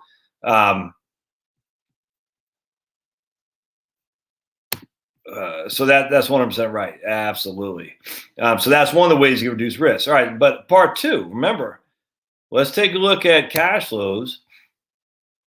And we're going to go use my man Daniel Kuhlebert's little thing here, his bookmarklet, and they're going to pay $469,000 in total taxes. $469,000 in total taxes. All right, now this is without the pension, all that. Just remember that. And Daniel Kuhlbert, I think he's still here on this stream, and you just got to make sure you go to his YouTube channel at Daniel Kuhlbert, Kulibert, and you can look at how you get this bookmarklet, because yep, it does still work, Dan. I love it. So hey, Dan, link to your YouTube channel if you would, and I use it all the time. I love this bookmarklet. It's fantastic. So anyway, so the $469,000 in taxes. However, they're thinking about moving to Tennessee. All right, and if we go to Tennessee, what does that do? Let's go to retirement. That match has got to change a little bit, right? Because, yeah, look at that. Look at that. All because they paid less taxes. Isn't that nuts? If we go to cash flows, right, and we go to, even though they're only paying $70,000 less in taxes, that's $70,000 more that's growing at a compounded interest rate. that's growing for, they're going to be around for another 40 years. Nuts. That one thing can make a huge difference. That one thing. So a couple of things here, I'd say, look, I wouldn't mess with Roth conversions. You're not going to pay that much in tax as it is. I mean, just not. You're paying, 400. Let's go to cash flows. You're paying 460. What do we say? If you move to Tennessee, you're paying $412,000 of taxes over the course of 40 years. That's just not that big of a deal. If we just look at the tax, I wouldn't mess with Roth conversions at all. We'll go to, they're right at 15. Just be at 15 for the rest of your life. No big deal. But they're not paying 15. They're only paying 10. All right. That's a big deal. If they were to do Roth conversions, they'd be paying 15. All right. So let's go back to someone just asked, why wouldn't we want to do zero net flows? All right, because the point is they got to live somehow. They got to have something to live on, all right? And so they have no income coming in. So as long as they have no income coming in, there's always going to be zero net flows because they're saying you're taking it from your investments. So what you'll see here is you go to income inflows, zero, net flows, negative 100,000. Well, where's that 100,000 coming from? And it's coming from their 401k. And so that's what's happening here. So that's 100,670 is going to be their net flows. Now that includes taxes, by the way. So we get 92,000 as their total expenses.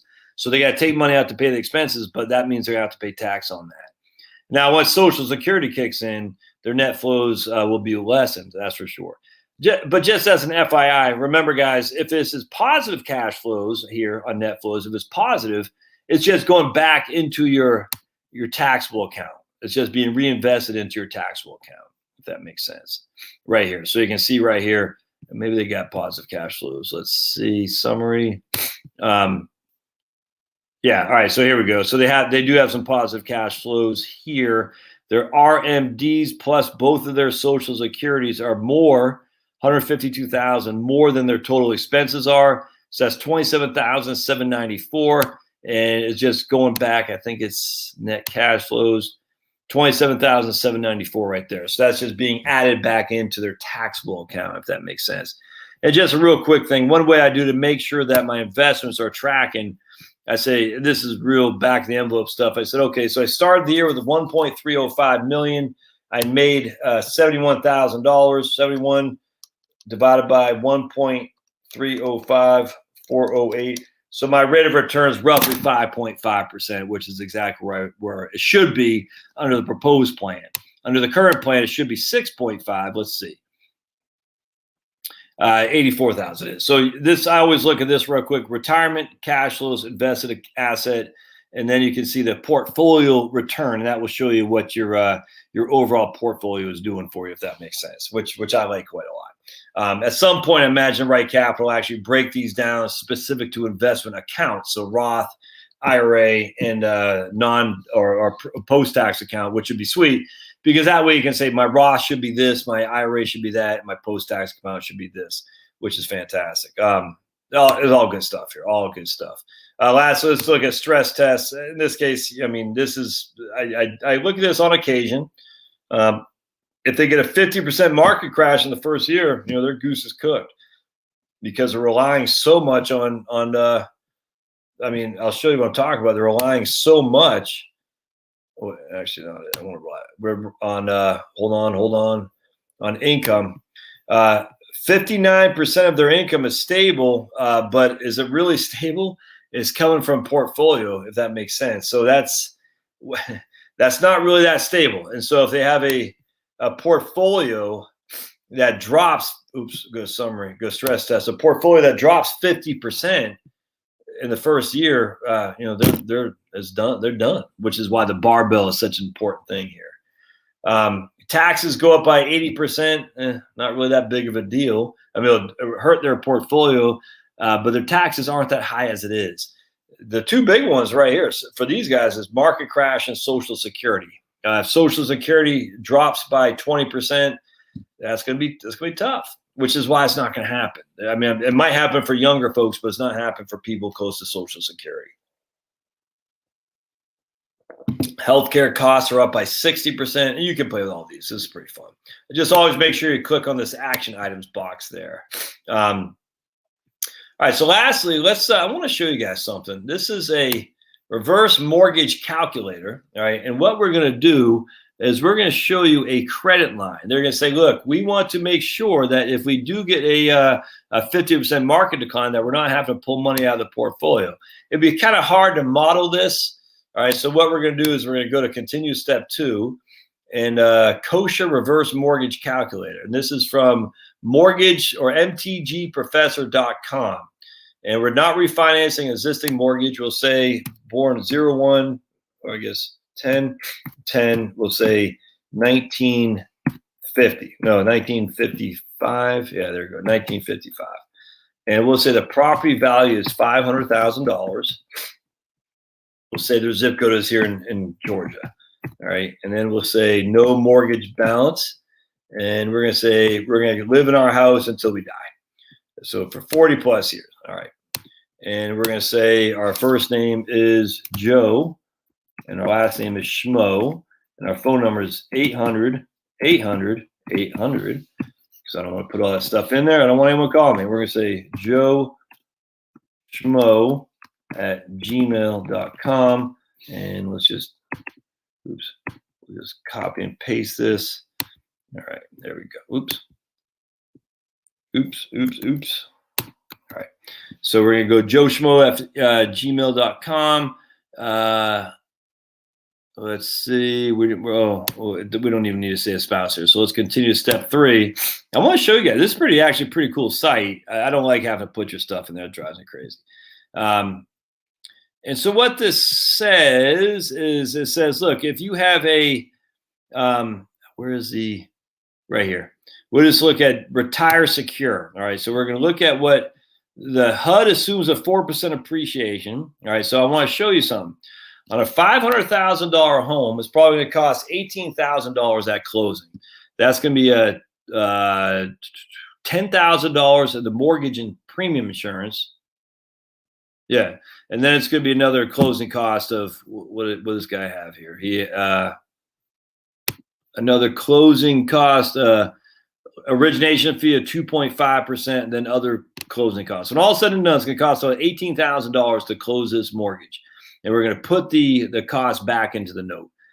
We have $481,000 of equity, and our loan balance is $18,000. All right, we're assuming a 4% appreciation on our home, and projections are based on the initial mortgage of 2.07 plus a mortgage insurance premium, which is 2.5. All right, so basically what's happening here is the loan is growing by 2.57 each and every year, but our line of credit is growing by 4%. Look at that. Right? Is that 4%? Let's see. 251. Or is that just, wait, 251,955 plus, yeah, well, 251,955. It's growing at, no, it's growing at the rate of interest. It's growing at 2.57. So what's happening here is, oh, you guys can't see it? Oh, thanks, Eric. Ah, geez Louise. Screwed that up. Sorry, guys. Yep. Sorry. Sniffy Joe's taking over Josh. I know, man. So I got Eric there to, all right. So what happened was I went to mortgageprofessor.com and I just entered all the information. I wonder if I just go back. Yeah. So I entered all the information here. Sorry about that. And I said, this is the problem with what I'm using this software. I only see me. I only see what I'm using. I don't see what you guys see, which is kind of frustrating, actually. I wonder if there's a way to do this so I can see it. Yeah, I'm not sure. All right, we'll come back. All right, so we got, I was born in 1955. I got a $500,000 home. I got my zip code is 305. I got 0 mortgage balance. I'm going to live there for the rest of my life. My name is Joe Schmo. That's my email. And I continue to step 3. So let me show you that screen.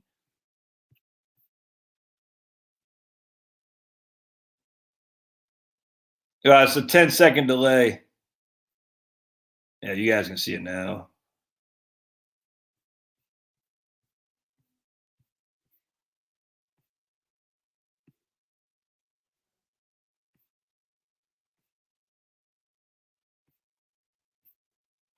All right, cool, good. That's what we want to see. Right on. All right, so let's stop this, and then we're going to show the other screen here.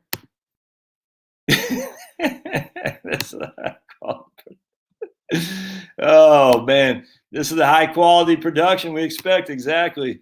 All right, so here we are. Hopefully y'all are seeing this. Let me just double check. Yes, all right, sweet. Yep, this is I'm gonna keep this up there now. Oh man, a couple guys said McFly. Oh boy, oh boy, oh boy. McFly. That's one of my favorite movies, by the way. All right, so let's go back here. So let's go back to this. All right, so again, we got.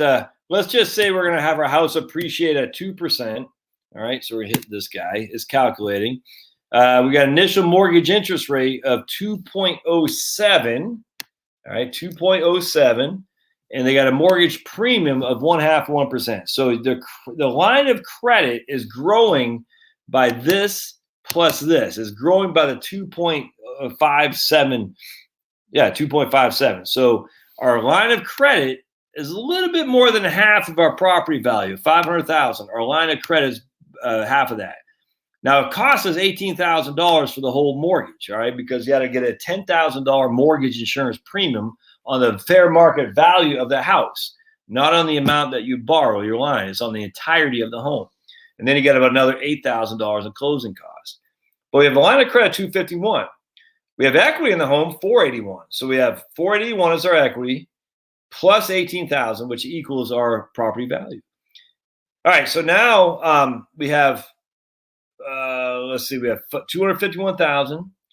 And the line of credit is growing each and every year, 258, 265, 272. So let's go 20 years out. So now that 18,000 I borrowed for the closing is now costing $30,000, but my mortgage, my property value is 742. My equity is 712. I'm looking down here, by the way, and my line of credit amount is 421. So think about it like this: what if the market just got killed, man? Why would I take it from a market that's down 22% when I get a $421,000 line of credit I can take? And I think credit line to 10 years. All right, so if we modified this line of credit to a 10-year payment, not a 10-year, but a 10-year, where you get a payment for the rest of your life, it'd give you right here. Yeah, it'd give you $3,000 a month, man. $3,000 a month. Now, I'm sure there's a fee in doing that. I don't know how much it is, but I bet it's not that much. Anyway, so what's happening here? So I get $3,000 a month. I wouldn't have to touch my portfolio at all. It's crazy. I don't know why people don't do this. Now, check this out. Maximum allowable mortgage interest rate. Now, it doesn't look as good here. All right, so it changes. So maximum amount. Now, the reason it doesn't look as good is because our loan balance is going to be paying whatever I think is, I'm not sure the maximum rate is. I think it's like 7.07 or something like that. So if they're always charging the max, this is going to grow. The debt is going to grow pretty big. All right, so you got to be careful there. The expected rate, and this is what you'd get on your line of credit, plus what the cost of the interest that you're going to have to will be paid back either when you sell your house or when you die. Anyway, the point being, I don't know why people don't look at reverse mortgages more. If you're going to stay in your house and you don't have a pension and you're kind of like, man, the market scares me, a reverse mortgage just makes sense to me. I'm just telling you right now. People, some guy said on my YouTube channel, ban them. We should ban them. They take advantage of elderly people. And I'm like, dude, I had to ban that guy. I was like, get out of here. I didn't ban him. I mean, it's like, what? I hate, what the hell, man? My house, my body, right? I should be able to do what the hell I want with it. The reverse mortgage doesn't put you out. It's the lack of paying property taxes, man. It's crazy. So let's just go back to this real quick. We're going to hit Chrome. We're going to hit reverse mortgage calculator. All right, right here. And we're going to go back. No, we're going to go here. All right, let's make sure you guys can see this. Yeah, all right, sweet. Yay. Yeah, there we go. All right, sweet. It's working. All right, so this says, oh, wait, hold on a second. I want to say I don't want a line of credit this time. I want a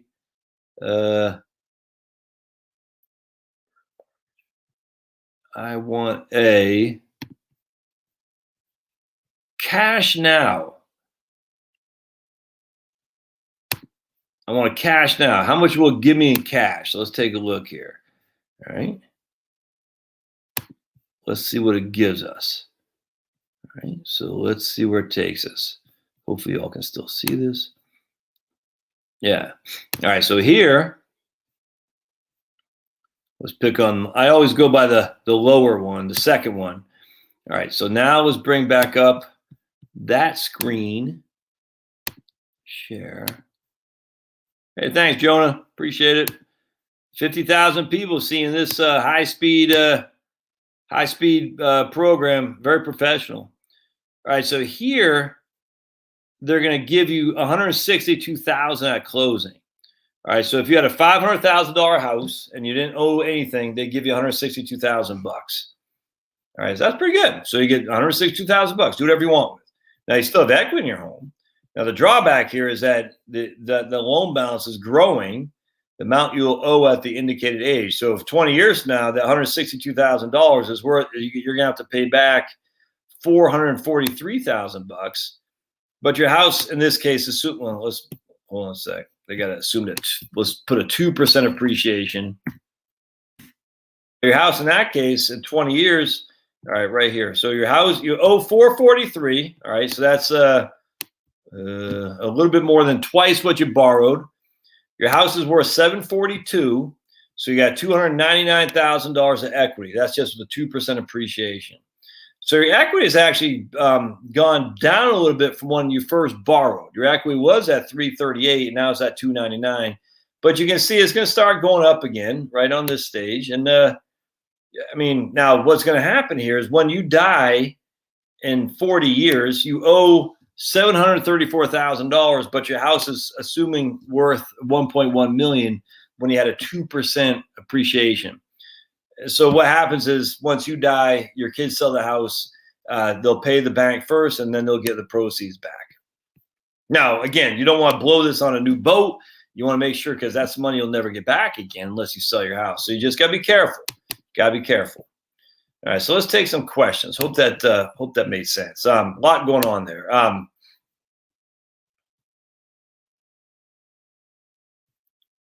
Yeah,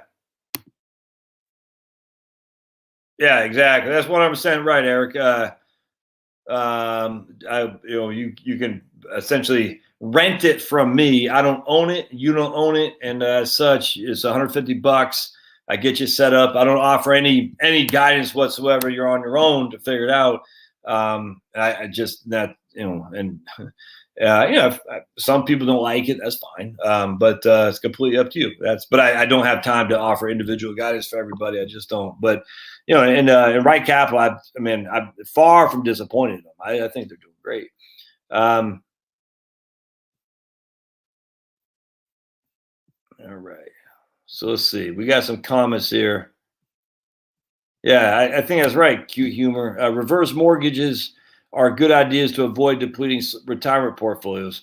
I don't agree with the early Social Security net so much. That's for sure. I think Right Capital would be great to start using 10 years from retirement. Yeah, I completely agree. Maybe even early, even closer to retirement. I think there's a guy in here. He says like 30. You don't need Right Capital. I'm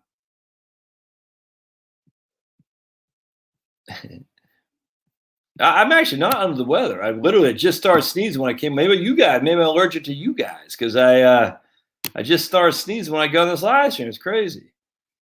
All right.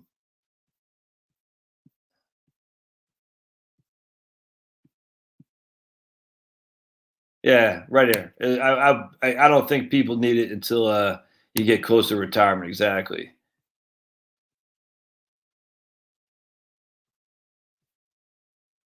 We're putting in a 4-season room, and my builders say construction wood is crazy and specs. Yes, I heard, man. Yeah, we're already assuming tax rates only go back to pre-Trump rates. Could be a lot worse. Yep. My man Fury of Bongos has stumbled on my channel today. All right, cool, man. All right, so this is the stuff. Lowell says $38 sheet of plywood last year, 14. I mean, again, commodities are always volatile, but part B, that has no effect on me whatsoever. It doesn't. I'm already in my house. Now, if I need to get a new roof or something like that, yeah. But that's. I had a guy. Wait, you got to get new. Have you seen the price of timber? The price of new cars? I'm like, I'm not in the market for either of them. It just doesn't affect me. And most people aren't in the market for that stuff. Most people, at least the ones that are healthy retirement, they buy a house and they stay there for a long time. They buy a car and they drive it to 200,000 miles. That's the price of lumber and the price of cars. Just not an impact on the day-to-day living. It's just not. This guy says, yeah, I don't know. I mean, what would you rebalance to? Reducing expenses, 100% right, man. Yeah, there's Dan's website, so his YouTube channel. Definitely go to his YouTube channel for sure.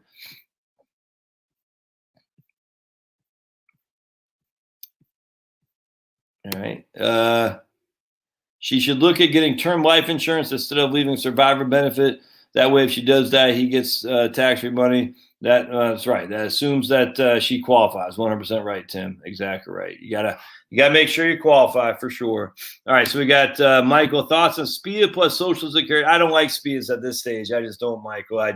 There's just not enough interest on them at all. I mean, I've always been a proponent of SPIAs. In this stage, no way, man. You can create your own SPIA essentially without giving up the money. It's just not worth it. Just not worth it for sure. I have read Wade Pfau. I've interviewed Wade about a year and a half ago on this channel. Big fan of Wade, as a matter of fact. I just don't think SPIAs, they don't give you enough bang for your buck. You're not making any money until about year 22 nowadays. So once you're in year, you're getting your money back until you're in year 22. That's an awful long time to make any kind of net gain from a SPIA. So there's not much value there. People make the argument, and Wade does, and others do, and I do too, of mortality credits, i.e. the people who die early subsidize the people who die later. And I completely agree with that, but you still you have no access to your money other than the SPIA payment for about 22 years. And that's when it starts turning a profit for you. That's too long. Nah, Jeremy, if you're in your 30s, I wouldn't mess with it. No way. No way.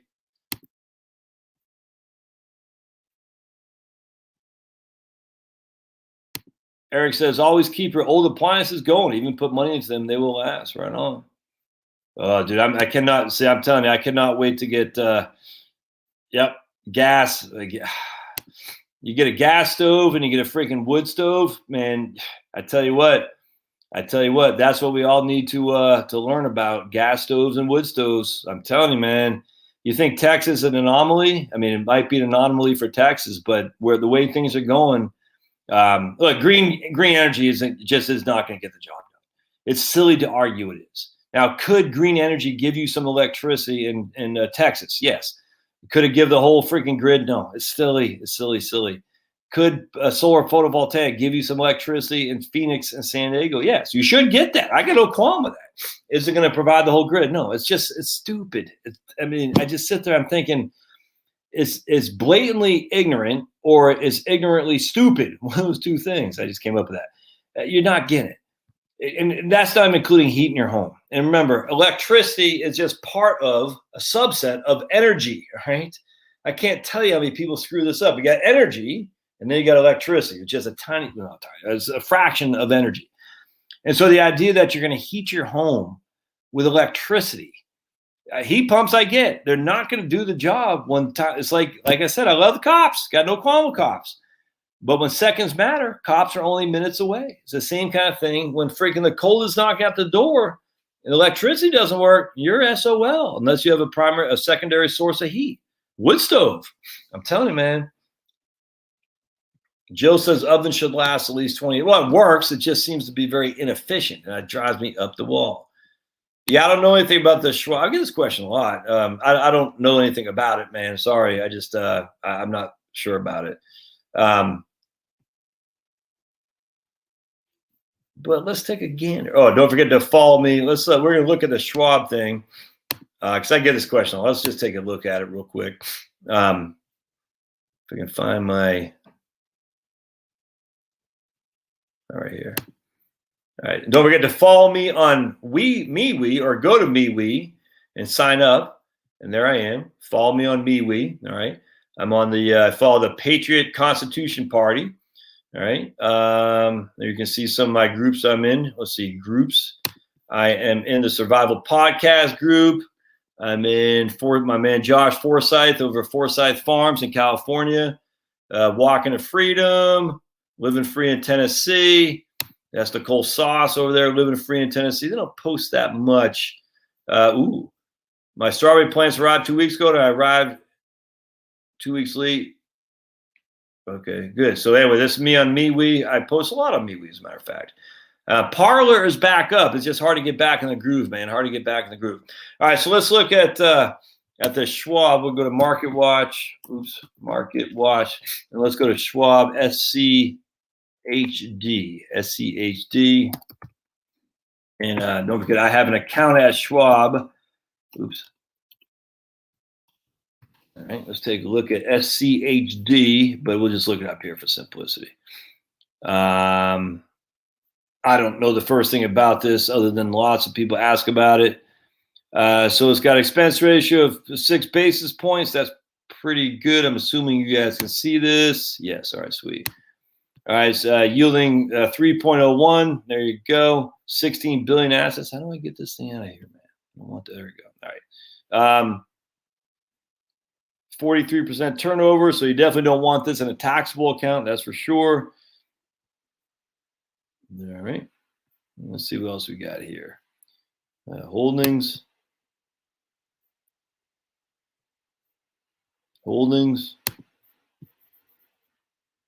Oops.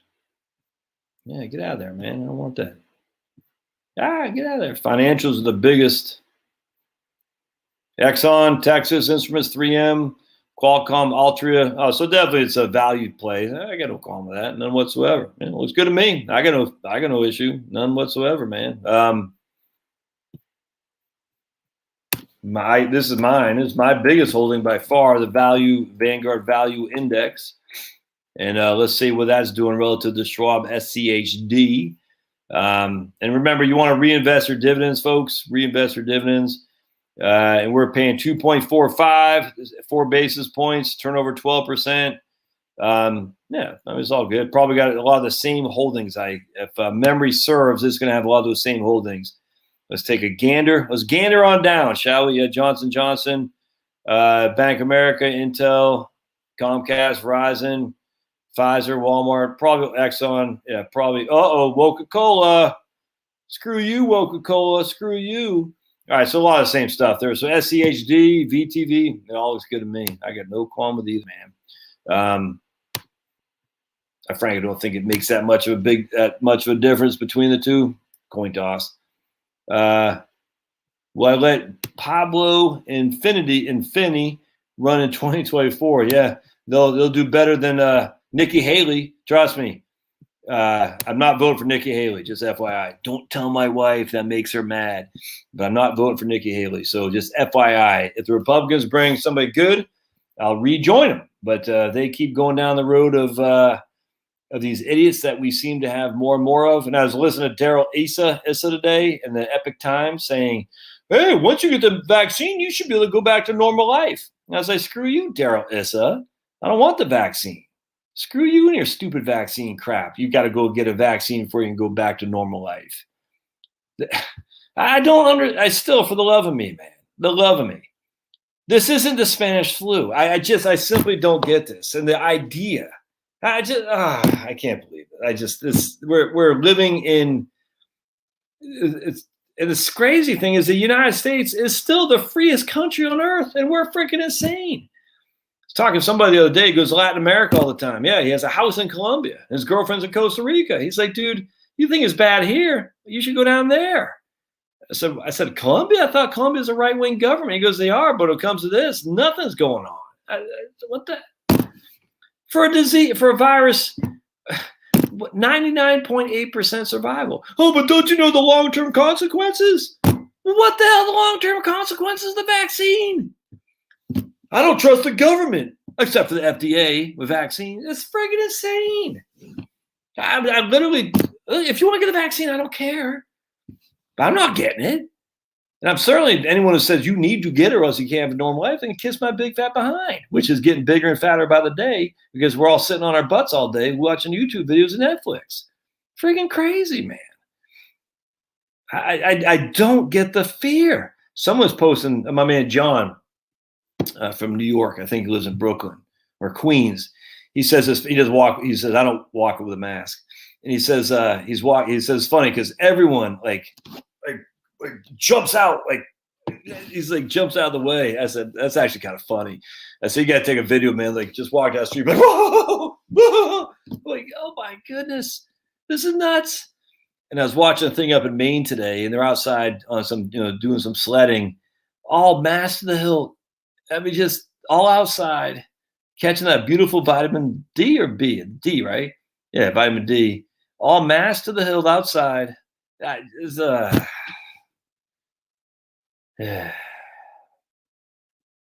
yeah, absolutely, man. Qualified dividends and long-term capital gains are every single time.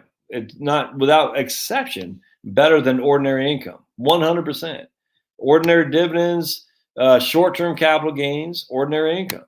Remember, long-term capital gains and qualified dividends are always and everywhere better than those other two things, without question. What's my thoughts on Aquin? I have no idea what it is, man. Eric says ovens longer than 15 years. Really. Hey, we got London in the house. Freaking Boris Johnson can kiss my big fat behind too. Can't stand that guy. You can't trust an environmentalist, man. And the sad thing is they're just like liberals. They sold the word. Liberals aren't liberal in the sense that we recognize what a liberal is, the old classical liberal. Environmentalists aren't environmentalists. They're watermelons. They're green on the out. They think they are, but they're deep red on the in. Commies. Can't trust them. The minute Boris Johnson, the only reason I was hoping big time for Boris Johnson was for Brexit. But man, I tell you, he was a big greenie. I just said you can't trust these guys. It's like any Republican who doesn't take the Second Amendment serious. I've been saying this for years, man. My number one issue is the Second Amendment. And there's no Republican who freaking modifies his perspective or negotiates on the Second Amendment is worth their dime, because that means they'll negotiate on everything else. And the same thing with environmentalism. If you start negotiating on carbon taxes, you're a clown. You're a clown. That's all. You're a clown.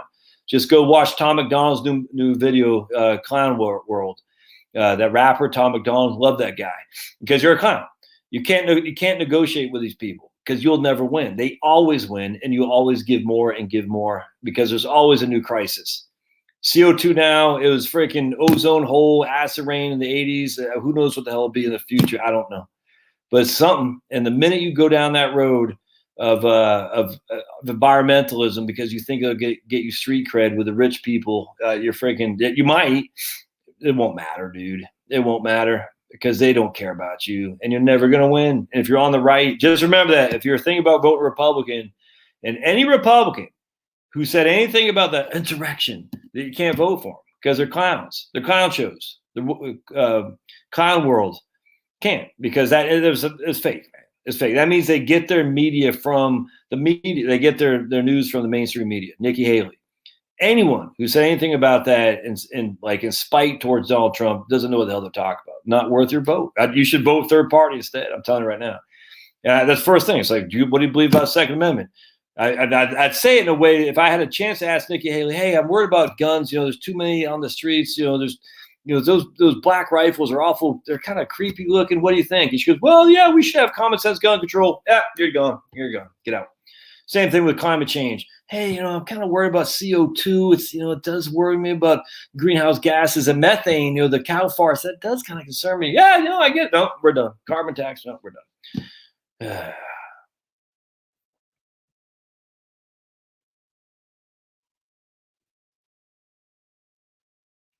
Yeah, so Texas Fort Bend says, how can I tell the software to draw the money from the IRA to pay the taxes and converting to the Roth? It does that automatically unless you have cash in an account to do that. and then it'll take it from the cash. All right. Why not drop the 401k before the RMDs are due to keep your taxes low?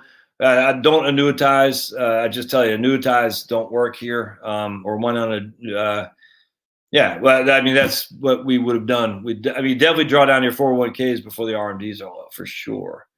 For sure. All right, Slim Dog says he's going to buy X amount of VTI monthly for the next 10 years. Yeah, absolutely. You can't. That's the one drop. Those two drawbacks. I can't remember the second one.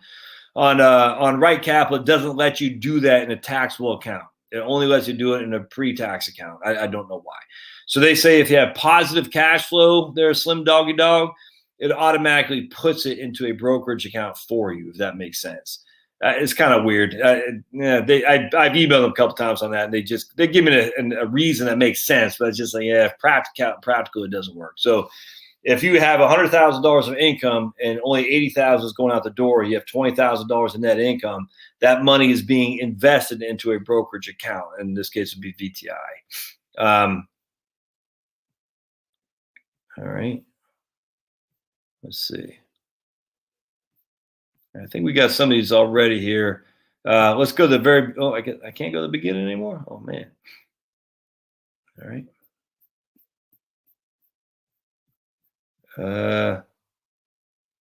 Yeah, exactly. We got no. It's that thing. We got no laws on the books now. That's what pissed me off. This guy. We need to ban freaking reverse mortgages. Anytime someone says ban something or we need a law, no, we got enough laws. If you can't get it done with the laws we got now, you just more laws aren't going to help. That's all there's to it. Greg says he's got just sold business, small 401k. Man, I wouldn't do anything at this stage, man. I tell you what, I wouldn't do anything. I mean, because it's just I still think it's a very rocky road, man. And I don't know when it's going to stop, but I'd be sitting tight. That's for sure. No reason to rush in the market now. Hey, thanks, Dougie B. Dougie B. Fresh. Yeah. Think about it. Bill Gates has been advocating population control for years and years and years and years. Is the same one who's advocating everyone get this vaccine. And I was talking to one of my kids the other day. Said, "Dad, you sound like a conspiracy theorist." I said, "Well, just common sense would say, here's Bill Gates. We have too many people in the world, and we got to stop too many people. That's why he's big on zero population growth and actually family planning. We all know what family planning is. But he's also the same guy who wants these vaccines. I mean, to save people? Really? Come on, man. I mean, it doesn't make sense. Do I see any place where Berkshire Hathaway in a portfolio? Yeah, absolutely, man. Buy freaking, buy a couple of shares there, Prairie Mark or Berkshire B. Just let that puppy roll. Absolutely.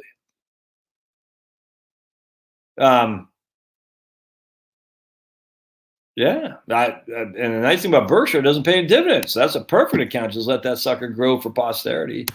Yeah, I don't need to take. Pablo's getting a little bit chunky now because I don't go on walks. Because we got a fantastic treadmill downstairs now, Eric, that my better half put together, and I helped, but she put together. But it works like a charm. It's freaking awesome. It's awesome. And so I don't need to go walks. And on top of that, I can go down there whenever I want. It's fantastic, man. And so somebody emailed me this regime they did. I started doing it, about a month and a half ago.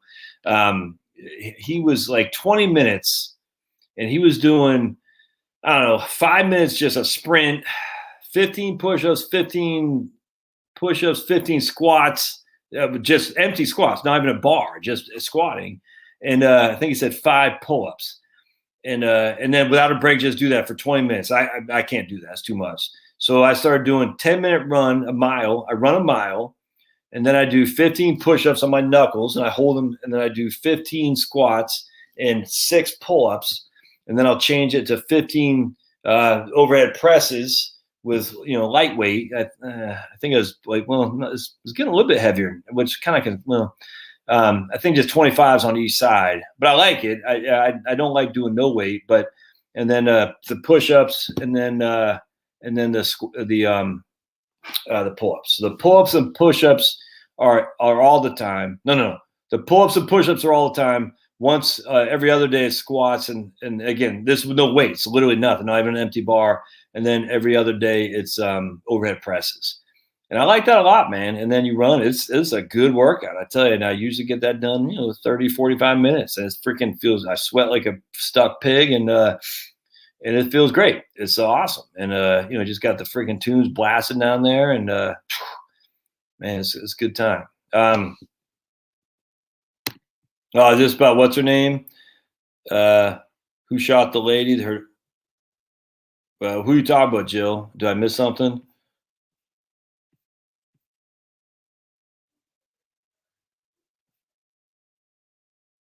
Oh, yeah. No. Yeah, remember that cop didn't get killed by he did not get killed by a freaking fire extinguisher either. It's all fake. It's all fake. People in Cali drive.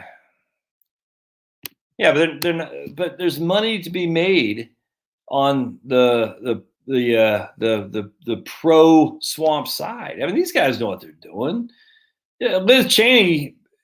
Kinzinger is just auditioning for MSNBC slot. He's the next Joe Scarborough. Cheney, I don't know what's going on with her. Obviously, at some point in her history, Trump pissed her off.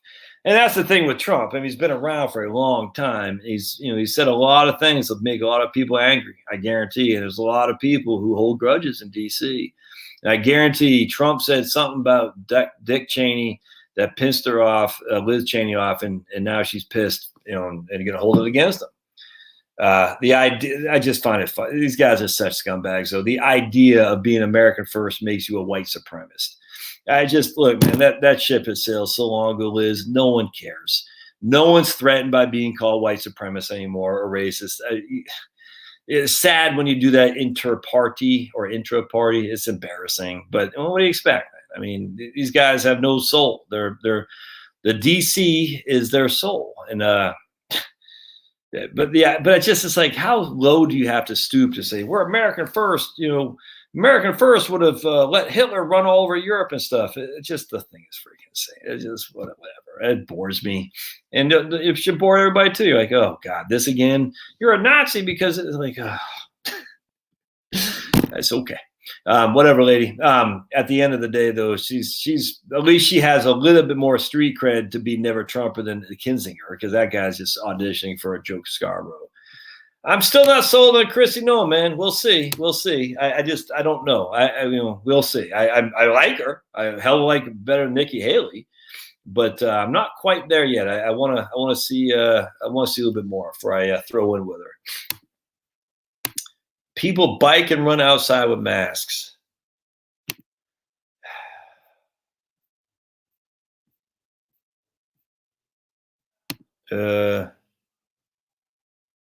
Yeah.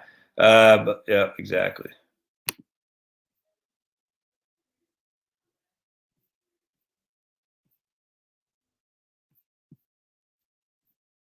Right.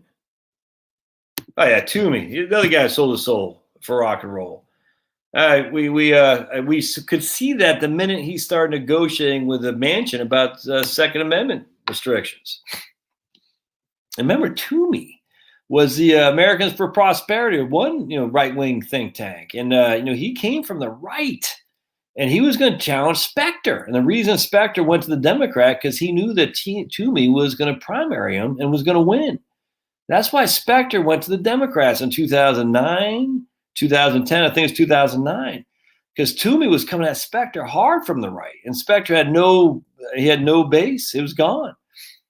And Toomey was the Tea Party guy, man, and he was coming hard, and he was going to win. So anyway, long story short, Specter jumps, and Toomey wins the seat, and I think he retired, and Toomey won the seat anyway. And then he served 2 terms. He won again in 2016 on Trump's coattails because Trump took Pennsylvania, and no one was expecting that. And yet he turned around and stabbed him in the back, just like Mittens. These guys got no souls, man. What the hell? Yeah, Trump and I agree with that. That pissed me off. I'm not gonna lie. The bump stop thing. I'm not gonna lie. That pissed me off.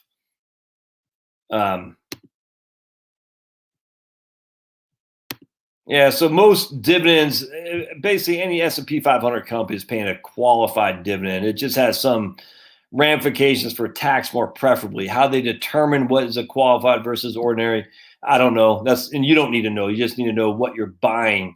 Are they paying mostly qualified? Again, if it's a stock on the New York Stock Exchange or even NASDAQ, it's going to be a qualified dividends most likely. Yeah. So how do I like Wellesley and Wellington if I don't like bonds? I get that question a lot. There are two different Joshes. One's accumulation Josh, which is what I am. Can't stand bonds and accumulation. The other is retirement Josh. And I say I would, my personal preference, frankly, is to have 4 years of cash or the Ginnie Mae and then the rest in VTI. That's it. 4 years of cash or the Vanguard Ginnie Mae fund and the rest in VTI. You can create that similarly. That would be no different really than a Wellington fund, frankly, which is fine. So if you want to do Wellington, be known that I'm okay with that. The drawback about doing that with Wellington, though, frankly, is that you can't just go into Wellington and say, only sell me my bonds, leave the stocks alone. It doesn't work like that. And so that's where I have a problem with Wellington is it says it is all encompassing. So if you need $30,000 to live and the stock market is down 30%, you can't just tell Wellington to send me $30,000 from the fixed income side. It doesn't work like that. So my preference is, frankly, 4 years Ginnie Mae, rest in VTI, done and done. But some people like the simplicity of one fund, or they might be a little bit less aggressive than I. And so if that's the case, Wellington's great. You got 4 years cash and the Wellington. Essentially, that's a 3-bucket portfolio. You got 4 years cash, you got 35% fixed income, and the rest in stocks. And I like the 3-bucket portfolio, but that's a little bit more conservative than I'd frankly want to be.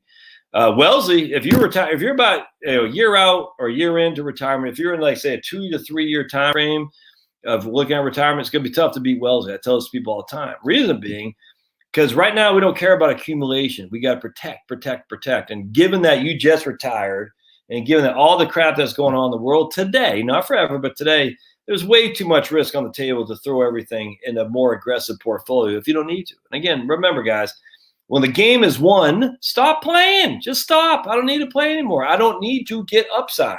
I need to get protection with some upside. But just Wellesley's perfect for that. 2008, Wellesley was down 10%. 2000 itself is up. 2002 is down, 4 or something like that. It's just a great fund. You're not going to make much money with so much bonds in there, but hey, it'll give you some. It'll give you a lot less downside risk too. So I'm a fan. But again, for me, I don't want it. Yeah, right. Exactly. I 100%. The Spanish flu went away without a vaccine. Shocking.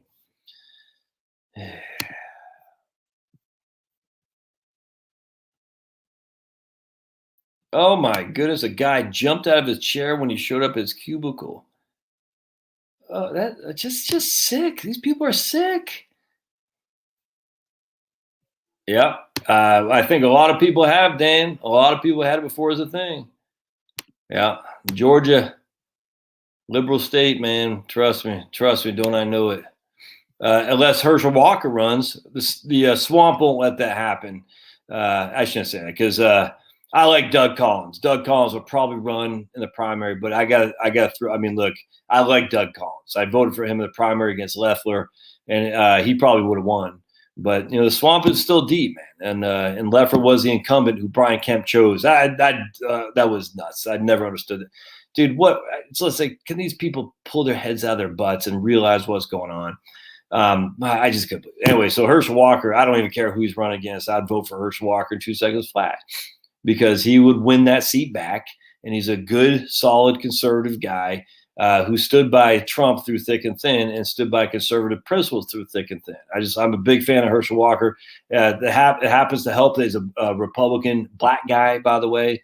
Big fan. The facts are the Republicans, we're getting more and more black support. I read someplace today that they went to see this. A black girl went to CPAC, a black lady went to CPAC, and she goes, man, there's more blacks here than I've ever seen, and she's been going for a while. So that's good. I mean, I think there's enough blacks interested in the non-Democratic Party that would be willing to come over with the right candidates, but not with crappy candidates. So that's all I gotta say. So, I'd love for a guy like Herschel Walker. We got Burgess Owens. And I'm not a big fan of Tim Scott, but I like Burgess Owens, like Herschel Walker.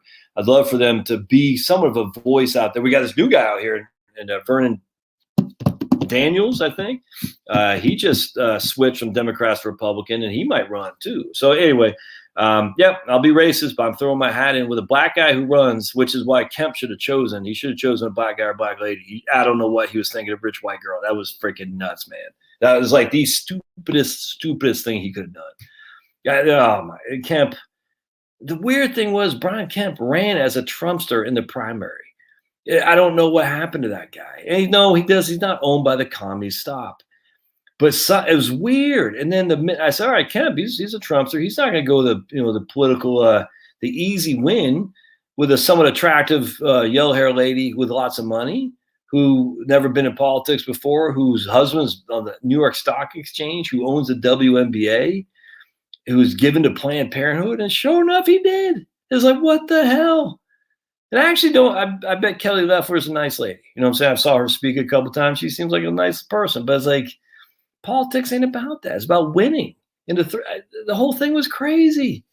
And I was like, all right, I get it. You got to get a chick. I get that. But all of them, her. I couldn't believe it. Couldn't believe it. I mean, there was so many.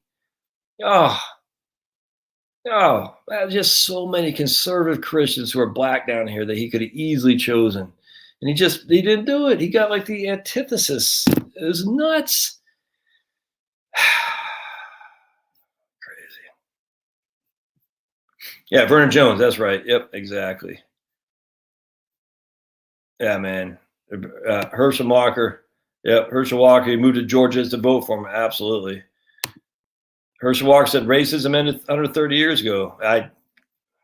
Unless you're white, and then it comes after you now, as we're seeing by all these people with their woke-a-cola stuff. Kemp I don't even think he froze. Something happened because he didn't freeze against the COVID stuff. He was strong there, but he froze when it came to Loeffler, and he froze when it came to Kelly Loeffler. I don't know what happened. It's weird, man. Yeah, I think the Democrats are bit off way more than they can chew. I really do. And it's, the left, it's the Bolsheviks are going to eat the Mensheviks, man. That's all there is to it. It's going to be fun to watch. But with that said, that doesn't mean you sit back and just laugh. You sit back and you protect what you got, because while the Bolsheviks are going to eat the Mensheviks, ultimately they do come after the White Russian army, if that makes sense. And that's not white in skin color, it's the White Russians. And they'll come after you. So you got to make sure that you are well protected, you're well prepared. I just bought some more freaking freeze-dried food from Costco. It was on sale the other day. I said, let me pick some more up. My wife's like, do we have enough? I said, no, you never have enough food. You don't know how long the nuts are going to take over. We're going to become Venezuela. You don't know. I mean, it might not happen, but it could. No one knew Hugo Chavez took over. It'd become Venezuela. Venezuela is the wealthiest Latin American country. Hugo Chavez takes over. And look at it. It's like Cuba. It's crazy. All right. I think I get ready to get out of here, man. Yeah, but Rand Paul, he's just not, he doesn't have the personality. I'd like to see Rand Paul as Secretary of Health and Human Services, or something like that. I love Rand Paul. Love him. But he doesn't have he's not Ron Paul. Ron Paul gets people fired up. And Rand Paul I like Rand Paul. DeSantis right now is my guy. I'm not, was Kim saying something? Oh, sorry, Kim. I don't think so. He'll be 78. I don't know. I hope he does not. I like Trump. I think Trump did what we needed. I think Trump sometimes was his own worst enemy, frankly. And Jill gets pissed when I say this. This whole thing last year happened under Trump's watch. It did. I just say, look, I get it. But it wasn't. It happened under his watch, man. For me, that's why I hope he doesn't run again, because this should not have happened. I don't know how else to say it. It should not have happened. And but with that said, I'm glad Trump was the guy we had. But again, it's not Trump they hate; it's us. That's what I think a lot of Republicans don't realize. They don't hate Trump; they hate us. Trump is just between us. You see what I'm saying? But at the end of the day, I sometimes I think Trump's his own worst enemy. It doesn't matter they're going to go after Trump. Well, they're going to go after Mittens. It doesn't matter. So anyone who comes up through this has got to realize the media will never be your friend. They're always going to call you a Nazi. but I think this last year was just it was disappointing. And look, I'm just disappointed, and as such, I'd like to see a change, if that makes sense. Now, if Trump wins, I'll certainly support him, but as Anomaly says, who does Anomaly and Hip Hop Channel, Trump was like the biggest peddler of vaccines the world has ever seen, and I actually kind of agree with that.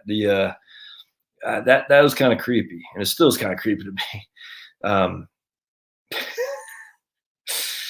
I just, I don't know. I don't like it. I'm not gonna lie to you. So, all right. Yeah, I think so. I think that's right. I think I answered Kim's. Yeah, boy got jumped. The guy's a friggin' big old wimp. He came up behind him while Rand Paul was mowing the lawn. Freaking.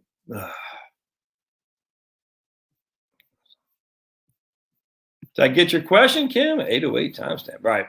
I'll get out of here. I'm getting tired. See you guys. Thanks again for being here, and I appreciate y'all being here. I think I got your question, Kim. I did. Right. All right. Thanks, guys. We'll see you.